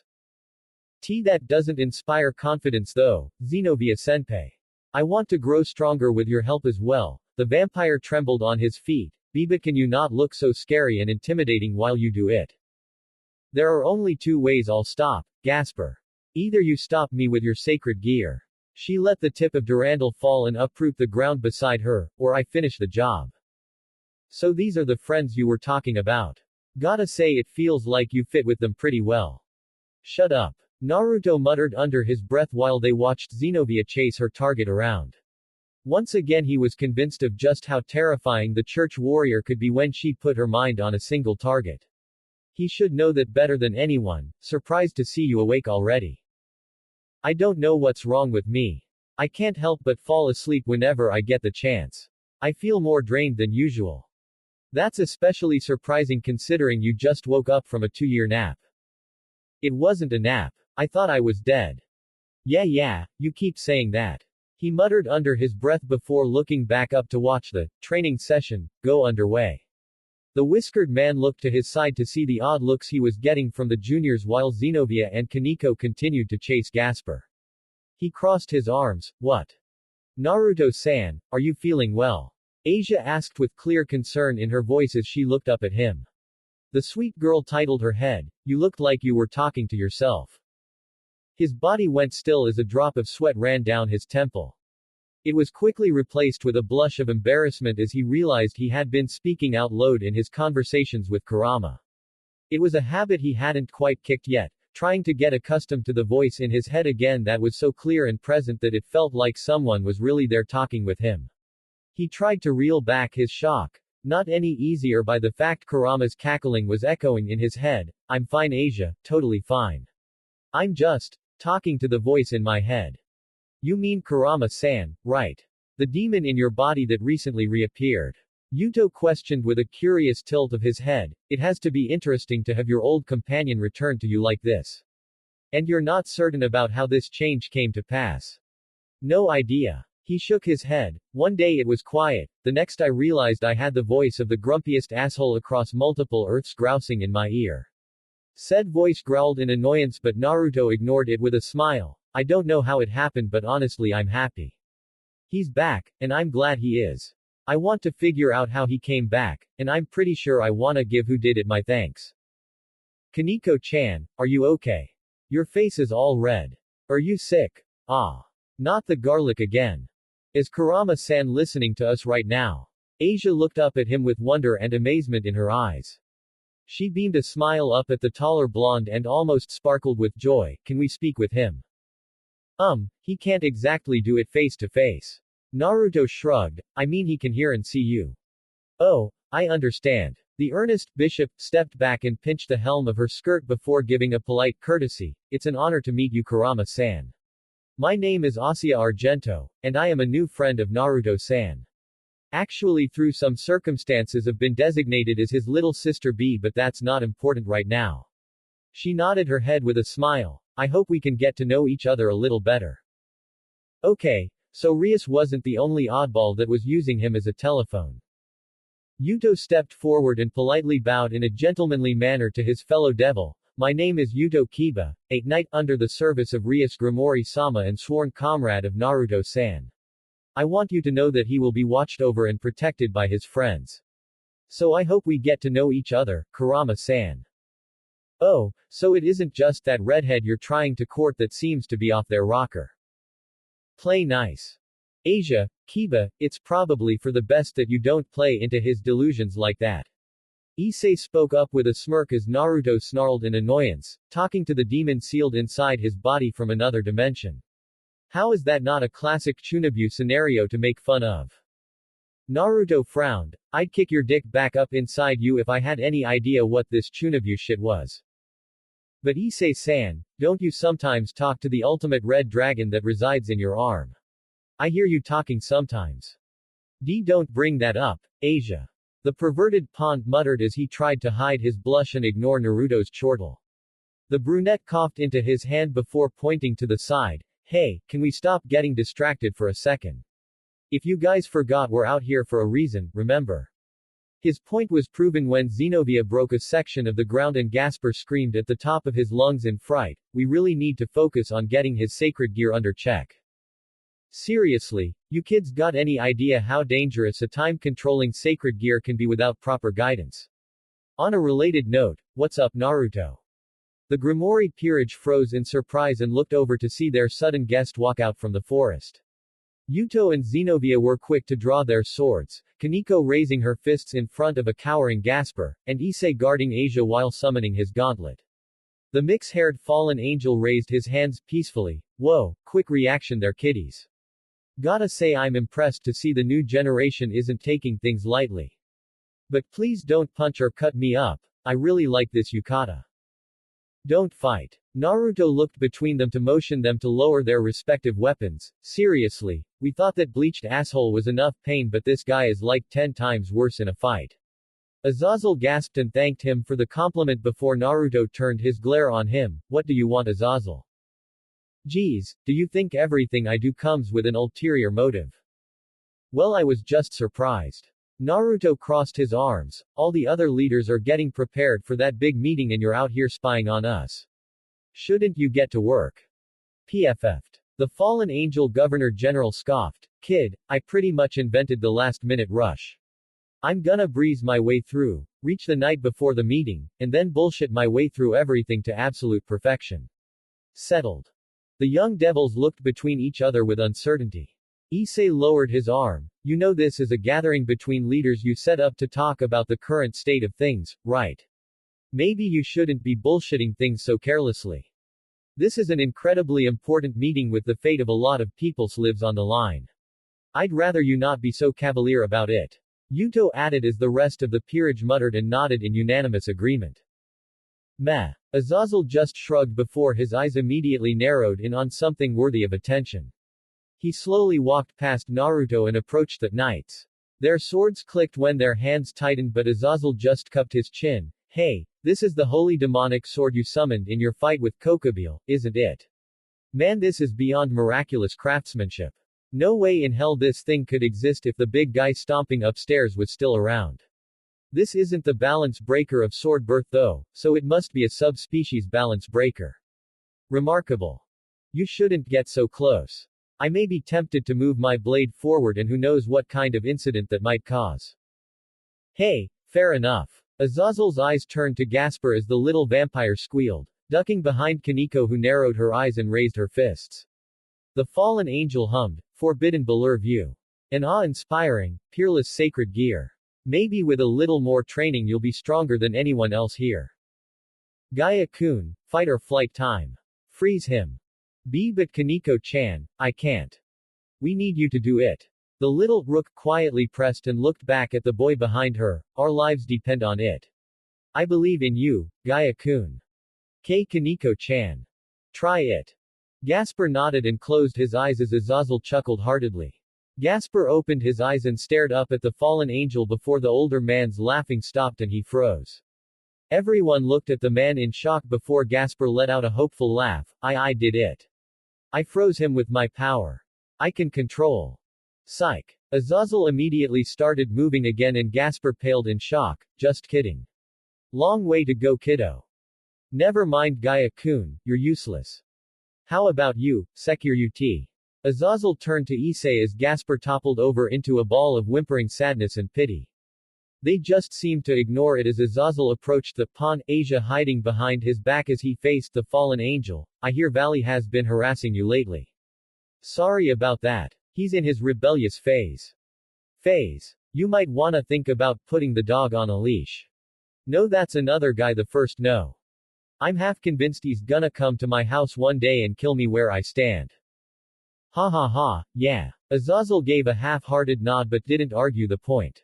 Issei looked horrified to see the fallen angel make no effort to refute his worries before he shrugged, but I mean, you two are destined to fight each other. It was bound to happen sooner or later. Later. I'd prefer it happen way fucking later than right now. Don't panic too much. Fated to kill each other in an age-long death match is just one very large part about being one of the twin heavenly dragons. Issei paled but was quickly brought around with Azazel's follow-up. Another great part is the harems. And the ladies. And the sex. And the orgies. The horror on Issei's face quickly vanished. The what? The harems. And sex. And orgies. He shrugged. It's kind of a big part of having so much power that people are drawn to you. Not many of your predecessors aimed for that part, but I'm guessing you'll be very happy to embrace it. Yes I will. Issei fervently nodded. Will they have big breasts? Big. Small. Round. Firm. Squishy. Perky. All the breasts you can imagine and more. All of them will be within your grasp. Gone was the heavy animosity of a young devil facing the dangerous leader of the fallen angels. What remained was a young pupil being swayed by the promises of various memories from his wise and traveled mentor. They'll all be yours as long as you go out and conquest. I will. Issei's eyes watered as he cheered. I promise I. Ow. Asia. He looked back at the pouting girl with watery eyes as she continued to pinch his arms and sighed. Stop it. That hurts. She is not amused. Xenovia stabbed her sword into the ground before looking at Azazel curiously. But I wouldn't mind hearing more about these conquests and sexual activities you allude to. No. None for you. Cover your ears. Naruto got between Xenovia and Azazel as quickly as possible. She was already forward with physical interactions and relationships as it was. If she interacted with the walking disease book with wings, then things would only go badly for anyone in her sights, and you seem to be talking about everyone else's gears except the one you should be worried about. Mine. That thing is still intact. Seriously. Naruto scowled and summoned his remote looper to appear on his arm. When he saw that, Azazel gawked and clapped in amusement. Oh, that's awesome. I thought that thing would have broken by now. Most of the others do when they have enough strain put on them. Naruto looked down at his arm before frowning at Azazel. Now, just out of curiosity, and so I know how hard I should hit you just in case, what would happen if it broke? Well, there's a tiny, minuscule, itty-bitty chance that your arm would explode. Or implode. I've seen it both ways. That sucks, but I would be lying if I said that wouldn't be kind of funny to watch. Fuck you. Is there a way to ensure that the sacred gear Naruto-san has doesn't explode? Asia bravely stepped up and inquired of the intimidating fallen angel. I'm not sure how well I can heal an exploded or imploded limb. Well, there are a few ways. Azazel nodded. Constant painful maintenance to make sure it doesn't break. By the way, I never got around to tattooing a giant G on your back to show that you are scientific property of the Gregory Special Technology Division. Naruto cautiously took a step back, but maybe you can stabilize it with a powerful existence inside it. Unfortunately, I only have a contract with Fafnir and he's in the gear I use. I could maybe make more contracts, but that would be a whole day of other stuff I could do, plus I'll probably want to keep them for other things just in case. So you know. What about Kurama-san? Asia helpfully spoke up. Naruto-san recently reconnected with the demon in his body. Could he act as the catalyst to stabilize the sacred gear? Oh Asia, if you weren't so precious he'd call you stupid.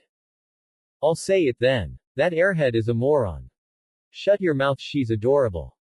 Is that so? Azazel strolled forward to face Naruto with an curious smile. I didn't know you had made contact with your little tenant again. I see you finally found someone to fix your energies and set everything right in that crazy sewer system you call your body. No, I didn't. Naruto shook his head. Don't know how it fixed itself, but I didn't find anyone to help me. Might just be a miracle. Right. Miracle. Azazel, eyes panned to the side and Koneko slouched under his gaze. Anyway, can that demon hear me? What's up? I'm Azazel. I recently kidnapped your current living arrangement and kept him locked up in a bedroom for a brief period of time. I'm not a phone. Stop talking to him through me. Sacred gears bond with the user's soul, body, and mind. It's part of them on every level. I'm sure wherever you are it's connected to that part as well. Azazel continued, just look around for anything different. Anything out of place. Anything new and I'm sure that'll be the sacred gear. Something new. Kurama sounded skeptical in Naruto's mind. This place is completely empty.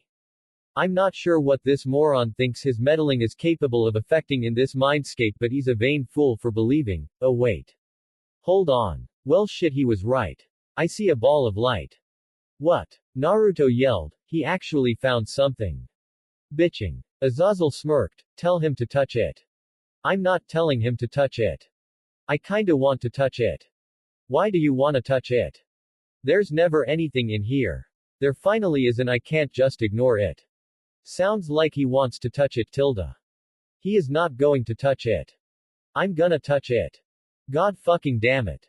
Issei wore a blank face despite the sudden pain in his head. He turned to the others. Anyone else think this conversation is really weird out of context? Yuto nodded. Koneko hummed in agreement. Gasper was still a sniveling mess of sadness. Xenovia and Asia were watching intently to see if the creature inside Naruto touched his thing, or would ever. Naruto closed his eyes and returned to his mindscape to see Kurama reaching out for a glowing white orb. The fox carefully reached out and touched one claw to it before a blinding light engulfed everything around them. Naruto returned to reality but only to see a familiar bright light blind him, except it was bright orange. The light started to die before finally disappearing as they all uncovered their eyes. Naruto looked down and blanked in shock. Huh. That was weird. I thought something interesting would happen. The buttons and lights that were once a faded white from Remote Looper were now orange. And they glowed in tandem with Kurama's speech. Wait, did something interesting happen? Oh ho ho ho, shit. I didn't think that would actually work. Azazel struggled to catch his breath from laughter before wiping his eyes. Oh damn, I'm good. Okay, well, I have an incredibly important meeting with the fate of a lot of people's lives on the line, so I'm off. Tell me how that works out. His sentence carried off into the sky as he flew away. What an asshole. Devil. Okay. It's almost been a full minute. Just hold out a little longer and. Whoops. Remote Looper popped back up on Naruto's arm as the blonde groaned, son of a bitch. Kurama, can you get a handle on this please? It's harder than you think. I relaxed just a little. The sacred gear appeared and disappeared rapidly from Naruto's arm before it slumped to his side. He heard a quiet giggle and glared up at the woman, finding amusement in his circumstance. This isn't funny. You're dealing with your prematurely materializing sacred gear as you argue with the giant fox inside you. This is actually really amusing. Rias laughed and looked up to see the unamused frown on her boyfriend's face. Oh, don't give me that look. It's your own fault for letting that detestable man influence you like that. It wasn't me. It was the giant fucking fox's fault. Well, why were you talking with him in the first place? Rias questioned while crossing her arms sternly and unwavering in her stare-off with the whiskered blonde. She sighed and shook her head before pulling herself up closer and cupping his face in her hands. You are okay, right? He didn't do anything to hurt you or the others. The naked concern in her voice made his heart flutter before she frowned again. I swear if he had anything in mind to hurt you all. I know. Naruto pulled her hands off him but kept them in his grasp. Besides some general harassing and maybe working in tandem to shatter Gasper's psyche with Koneko, nothing remotely bad happened. Rias' frown started to settle as he gave a small smile. And other than the stupid fox not being able to handle working a sacred gear now, everything was fine.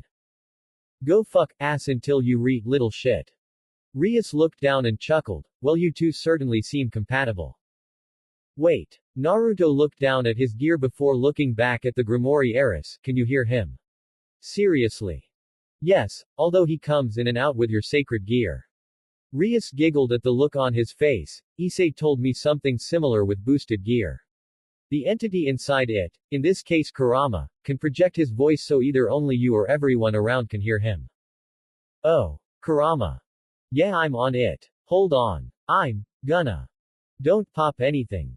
Shut up. Okay, redhead girl. You hear me? Yes, I do. And you can just call me Rias. Probably gonna take a while for me to get there. Hehe, that's fine. So how does it feel to be back with Naruto after all this time? It feels strange having to return to this idiot and the many problems that surround his life. Part of me is glad to be back, but another part fears because I know he's gonna get himself into some shit sooner or later. Naruto looked up to Rias and saw her shake her head to show she didn't hear him that time. So apparently he still needed to put in some effort to get the hang of talking through a sacred gear. Naruto closed his eyes and delved into his mind to see Kurama holding his paw out to a glowing orange orb. There was a look of pure contempt and vile distaste twisting Kurama's face, an expression he hadn't seen on the fox's face since they had come to work together during the war. He smirked as he walked up to the colossal beast. How are you holding up? It's baffling. Kurama burst out. I can supply chakra to an entire army of ninja and mold my energy to create blasts of unprecedented destructive capability, but trying to talk through this fucking controller is impossible. You suck and now you're trying to prove you can do it if solely for the fact you want to prove it to yourself. Congratulations Kurama, you're just like the rest of us now. I miss just having to pump chakra into things. This is new. This is different. This is putting in effort. Naruto said with a chuckle, I just realized you've never actually had to work or do anything before. Putting chakra into other people and buffing them up was kinda like breathing air to you. Welcome to the hard-working life, Kurama. Go to hell. Been there, not that bad. The Bijut scowled down at him and focused back on the sacred gear. Naruto continued to laugh and the fox mumbled under his breath before looking down at the blonde. By the way, we need to have a very serious talk right now. You're not allowed to have any sexual stimulation with your little girlfriend or with yourself until we get these issues worked out. What? I have a grasp on your thoughts and feelings, and when you aren't stupidly happy with finally having a girlfriend, you start thinking about the gross stuff you can do together. And I know it's gross because your heart beats faster. No way that's happening while I'm still popping up on your arm. Naruto's cheeks went red, and no self-satisfaction either. I'm in your right arm too so I'll know. Fuck that. You weren't this bossy before. Well now I'm much more conscious of the physical crap you can do together. And I never had a reason to get involved before because I was locked up behind those bars. Plus what did you get up to back there, fighting and kissing Sasuke? Once. Because someone else pushed me. Do I have to go through everything I've done with Rias to counterbalance that because I'm sure it would? Don't bother. Bottom line, no inserting parts into each other and swapping your bodily fluids or DNA while I'm so aware of it. Just say sex. You make it so much creepier going into detail like that. You hum. Naruto's eyes popped open when he heard Rias cough. He was brought out to the adorable sight of her with hot red cheeks and shuffling in place in front of him. He was worried something might have made her uncomfortable before he looked down at the sacred gear on his arm. How? How much did you hear him say? Most of it. In fact, I think I heard all of it. Oh. Hey, I'm not as bad at this as I thought. Did you really kiss your friend Sasuke? Ria-tan, we came to play. The door slammed open to Serafall, Searsex, Grafia, and Sona. The short mouth cheered when she looked inside. Ah, they were in this one. Sorry about the other door, Ria-tan. Hello everyone. Rias greeted, pushing her blush down like a seasoned champion as she faced their visitors cordially. What brings you all here? Oh come now, is that any way to greet your older brother? Searsex stepped forward with open arms. Come. Give me a great big hug like the old days. Serafall-sama, a pleasure to see you again. Grafia, thank you for making sure he doesn't go out of control. Sona, you seem to be keeping up. Searsex hunched over sadly and Naruto gave the older devil a sympathetic pat. I'm well Rias, coping with the fact Oni-sama has been staying with me for her time here.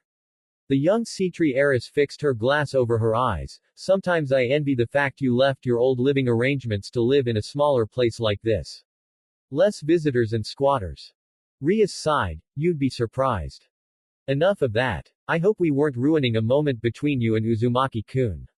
Sona whispered cheekily, with me being the president of the Stuco it should be expected that I make sure you two understand there should be no fooling around while on campus and to be respectful while out of school as well, but you look so content and cute that I can't bring myself to rain on your parade. Why yes well, Rias fiddled with her hair, we're just trying to keep it subtle and simple for now. Well you're failing spectacularly. With walking around, sometimes holding hands, Rias running up to greet him after class, and always giving him a bento while trying to feed it to him, the whole school was in on the secret.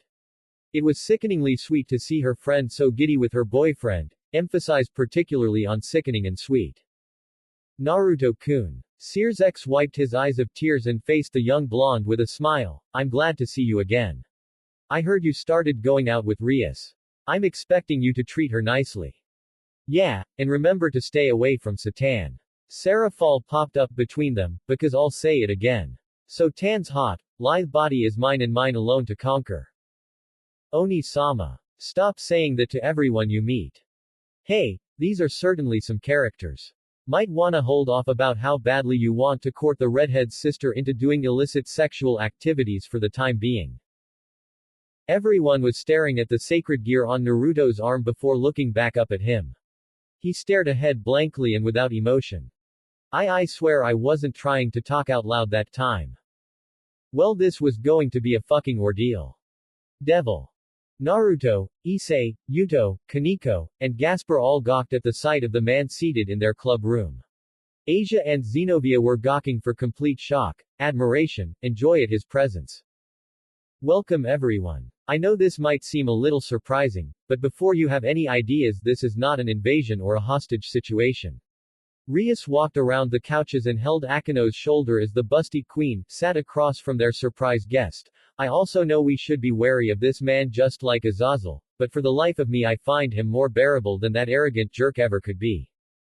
I can understand that. The refined, beautiful man sitting on the couch while enjoying a cup of Akino's tea had an air to him few of them had ever experienced before. Long perfect blonde hair reaching down his back in elegant robes and armor. He was a handsome man, and besides his body that almost seemed to be glowing there was the fact he had a halo floating over his head. He stood up from his seat, showing everyone just how tall he was before bowing his head to them. Greetings everyone, my name is Michael. I am an angel and the current leader of heaven. Asia. Issei cried out as her legs gave out beneath her as she almost fainted. Xenovia mechanically stepped up to Naruto's side and gripped his shoulder. Naruto, I need you to hold me. I don't think right now is the time for you to try and. Whoa. Naruto caught the blue-haired knight, as she fell into his side and held her before she could topple over. He helped her stand back up. What's wrong with you? I never thought I would meet Michael-sama in the flesh. Asia struggled to stay conscious and looked up at the glorious archangel. It's amazing. He's so radiant and glowing. Truly the Lord's magnum opus. Xenovia stuttered, something they had never seen from the usually brave and brash swordswoman. Now, no reason to make a fuss. Michael politely waved his hands in hope of quelling the two former church members of their unstoppable joy. The leader of heaven lowered his hands and smiled warmly. I doubt your king will appreciate the sight of you singing the praise of a foe, even if hopefully that won't be our situation in the near future. It's fine, Michael-sama. Rias responded respectfully to the older man. Considering he was the leader of the angels and she was a pure-blooded devil, they were expecting her to react negatively with her polar opposite. However, it seemed that Rias found the angel likable, or at least bearable enough, to allow in her clubroom. Don't ask of them the impossible. Trying to make my knight and bishop anything other than loyal believers in the church is a waste of time and effort. The two girls flinched, realizing what they were doing before bowing their heads and delivering their apologies to their king. Rias took it with a smile before pointing behind her. If there's anyone you should be thanking, it's Akino. I live at a shrine and one day Michael-sama contacted me. He wanted to set up a meeting with us. I was actually quite surprised, but it seemed innocuous enough. Speaking of innocuous, Xenovia and Asia looked at her with innocent, grateful expressions that made them look like children getting their favorite toy for Christmas. Akino's face took on a small blush and she squirmed in her seat. Stop looking at me like that. Those pure, sweet expressions, it makes me feel so in control. It feels like it would be so easy to corrupt them. Okay. Naruto and Issei quickly swooped in to grab Xenovia and Asia before things could escalate. The whiskered pawn looked over at the angel questioningly. You seem really nice and everything, but why are you here exactly? Right now all you've done is make it hard to stare directly at you and paralyze two of our friends. I suppose I have been rather idle about my purpose here today. The archangel turned to Issei as the brunette flinched under the sudden attention. Michael held out his hands. With the meeting between our three factions coming up soon, there is a very real chance for peace now. So I would like to extend an offering to you in hopes that we can put our differences aside and come together. A bright light blinded all the people in the room as a magnificent object was summoned into the angel's hand. Once the light faded, the devils were greeted with the awesome sight of the blade floating over his palms. A long European sword with a sturdy guard and golden hilt.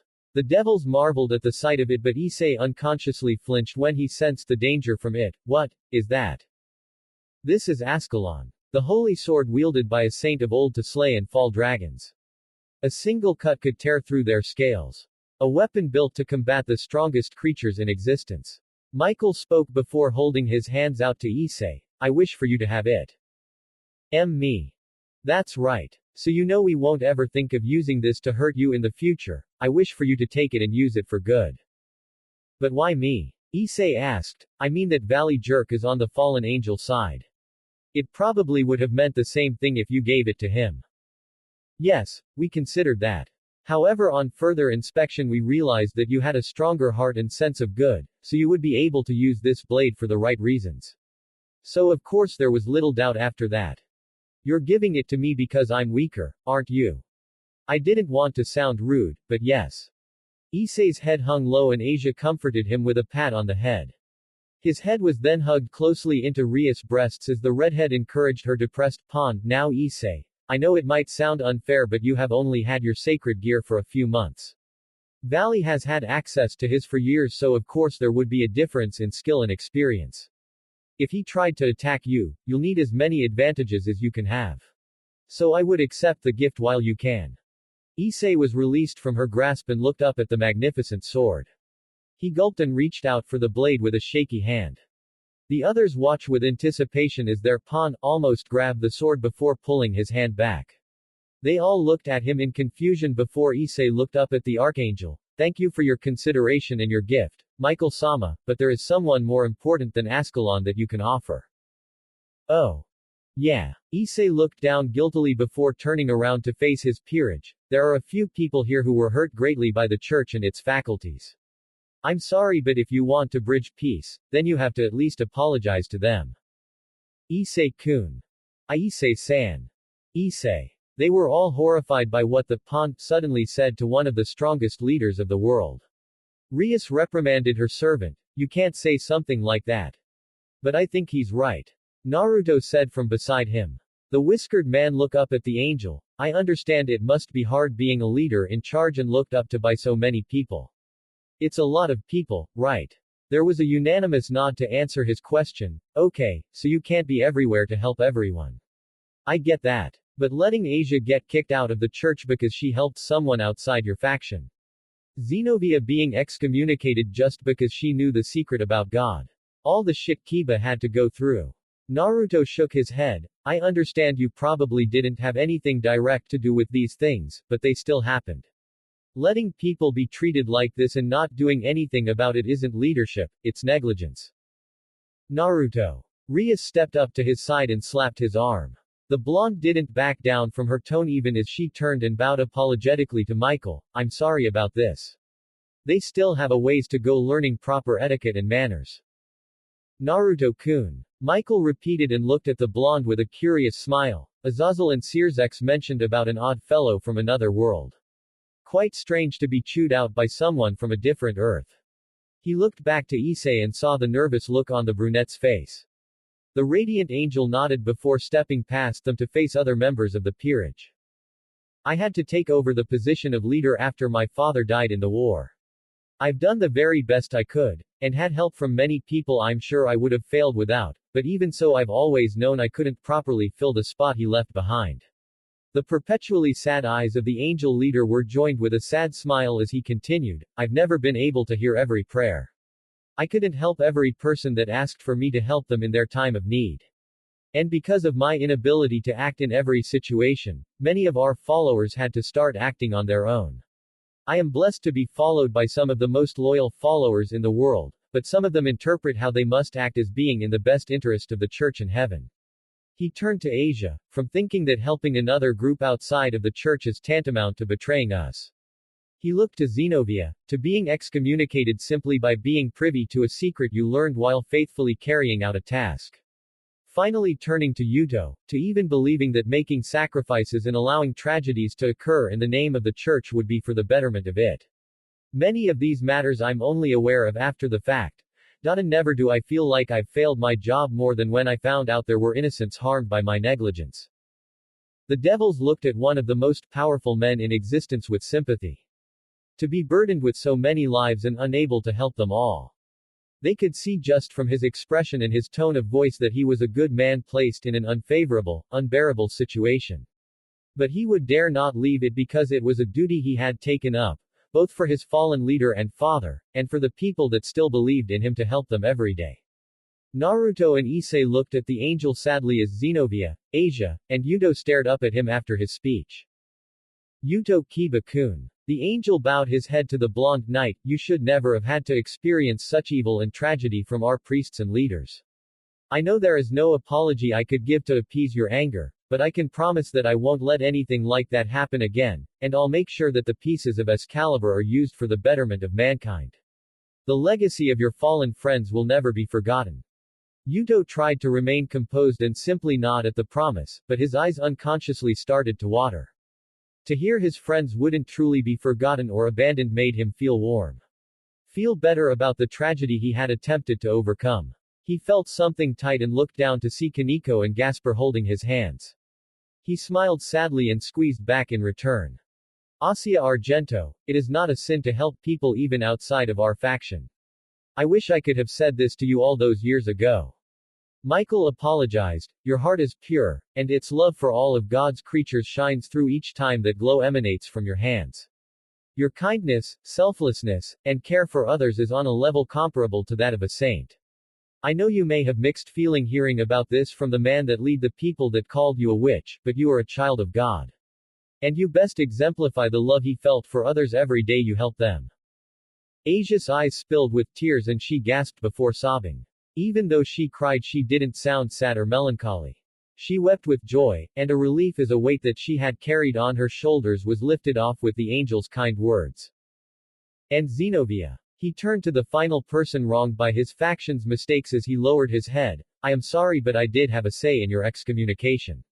The secret about my father, about God's death during the war, was only to be known by members of the Seraph and the highest-ranking members of the church. Even for someone as trustworthy and loyal as you, if the secret had a risk of being leaked then the system of prayers and answers that I still keep up from God could be badly affected. The result would lead to chaos. So we acted as quickly as we could. But that wasn't fair to you. You deserved so much better than that. You were a loyal follower, a devout believer, and one of the finest warriors that have ever graced our halls. And I'm sorry we couldn't trust you as much as you trusted us. Xenovia stared silently at the bowing angel before looking around at the others. She seemed stunned by the fact she had received an apology from the head of her former religion, and a sincere plea of forgiveness from the mighty archangel. The blue-haired warrior took a shaky breath, keeping any water from falling from her eyes as she summoned Durandal to her hands. She held out the handle to Michael and bowed her head. Michael-sama, I never returned this to you before I left. I believe you should take it back. No. Michael immediately denied to her surprise. That blade chose you, and it still believes you are the most trustworthy to wield it. Besides, I'm sure you are destined for great things with it in your hands. If you can do something with it for the benefit of others, then it belongs in your care. A tear finally broke through her restraint and ran down her cheek. Even so, Xenovia smiled and nodded. Michael-sama, I don't blame you for excommunicating me. I knew your reasons had to be for the good of others. And I wasn't abandoned. Never truly. I found somewhere else to go. Somewhere else I can be taken in. I did as well. Asia wiped her puffy red eyes and smiled. Michael-sama, I know I may now be on the side of devils, but I won't forget the teaching the church gave to me. Love, understanding, faith in others. I will carry them with me for the rest of my days. Michael smiled fondly. I still regret what happened to you both, but I am glad you found a new home you love so much. The two girls nodded and smiled at the archangel. The golden-haired man stepped back up to Issei and summoned Ascalon again. He handed it to the pawn, and smiled. My apologies to them should never have been requisite for coming to peace. It was a matter I should have always come around to face. I still want you to have this blade, Issei-kun, and I want to thank you for speaking up to me about your friend's well-being. Thank you, Michael-sama.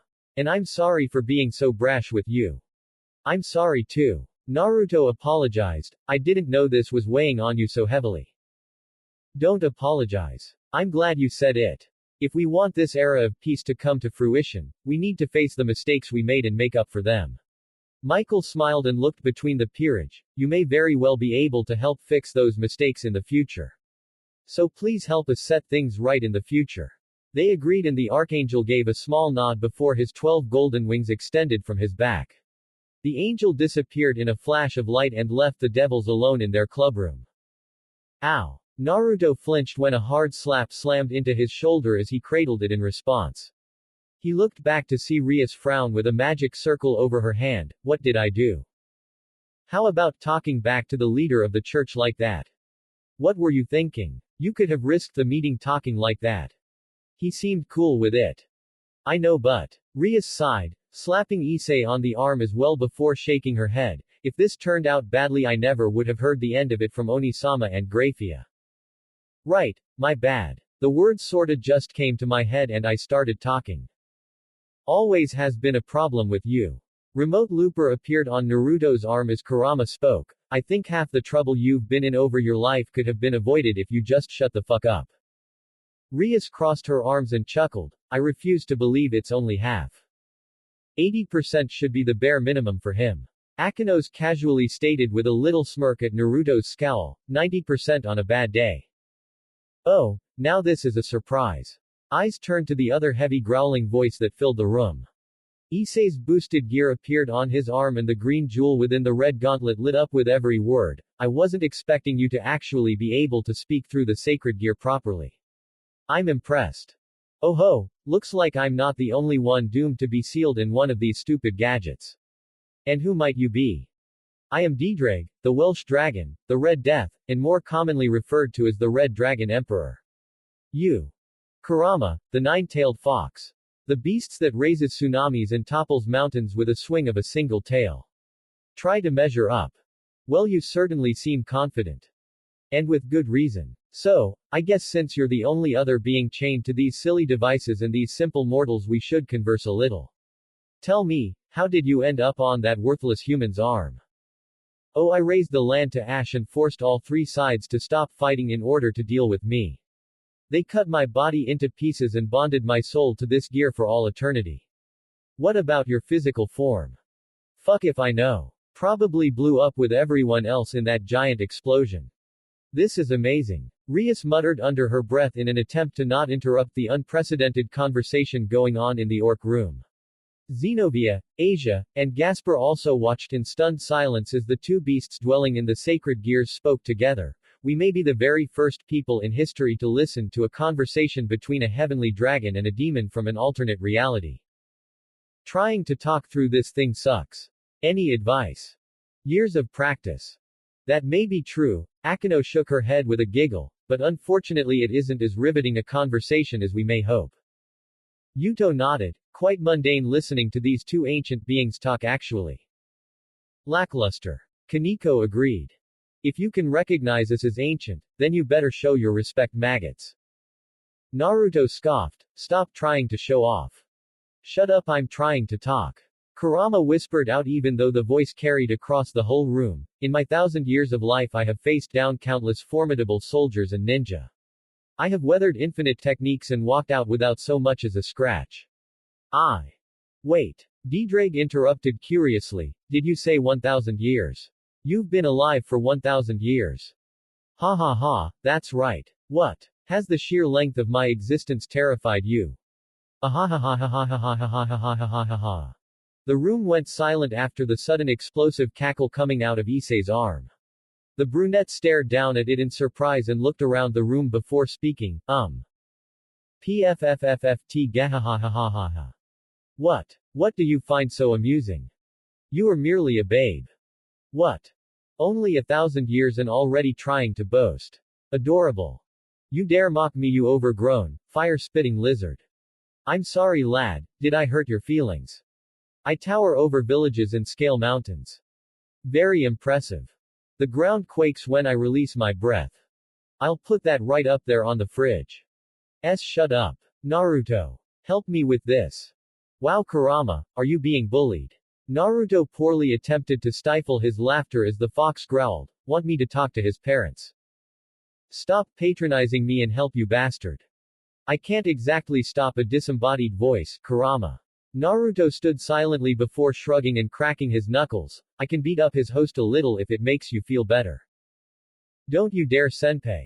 Issei panicked and waved his hands wildly. DxD, shut the fuck up. I'm sorry. I don't usually get to have fun like this. Oh, I take it back. Akanos giggled as Naruto chased Issei and DxD laughed at Kurama. The rest of the peerage watched the odd scene in shock. This just got much more interesting. Omake. For better or worse. Yuma-chan tilde. Can I get another hamburger steak please? On the way. Yuma-chan, refill. Got it. Hey, Yuma-chan. Yes. I just wanted to see that lovely face again. I can die happy now. Geez, you're awful. The lovely black-haired girl giggled as the old man's wife slapped him across the head for his lingering eyes. The young woman then felt a pull on her skirt and thought someone was trying to cop a feel, but looked down to see a little girl with a red face. She fixed her skirt and bent down to face her. Yes. Amano-san. The little girl held out a drawing of a smiling stick figure with black hair. She waited until Yuma took it before muttering, why, you are the prettiest lady I have ever seen. And I hope I get to be as pretty as you one day.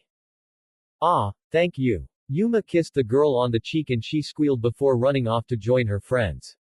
A group of boys and girls were looking around the corner and greet the girl when she came back. Yuma giggled and pocketed the piece of paper before seeing another group take their seat at a table. Hello, my name is Yuma Amano and I'll be serving you today. How have you been, and is there anything you'd like? Oh, we've been a little swamped but nothing too bad. As for our order, we would like 3 coffees and a milk for the little one. Milk. I want coffee.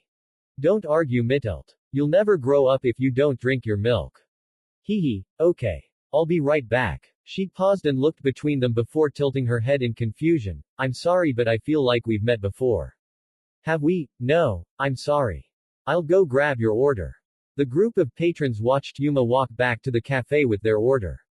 On the way they watched her happily greet her customers and smile while she did. Azazel-sama, why have you brought us here? I wanted you to see her. Azazel said between the three fellow fallen angels as they lowered their gazes. He looked back up and saw the exuberance and kindness emanating from her smile. A kind and pure smile that he had never seen the woman show while under his guidance.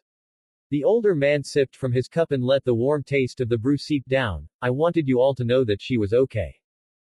But she isn't herself. Danasik growled with clenched fists. Her wings were destroyed. Her mind was broken. We aren't looking at our friend anymore. It's just an empty shell of what she once was. An empty shell no longer burdened by the deaths she has witnessed or even the ones she has caused.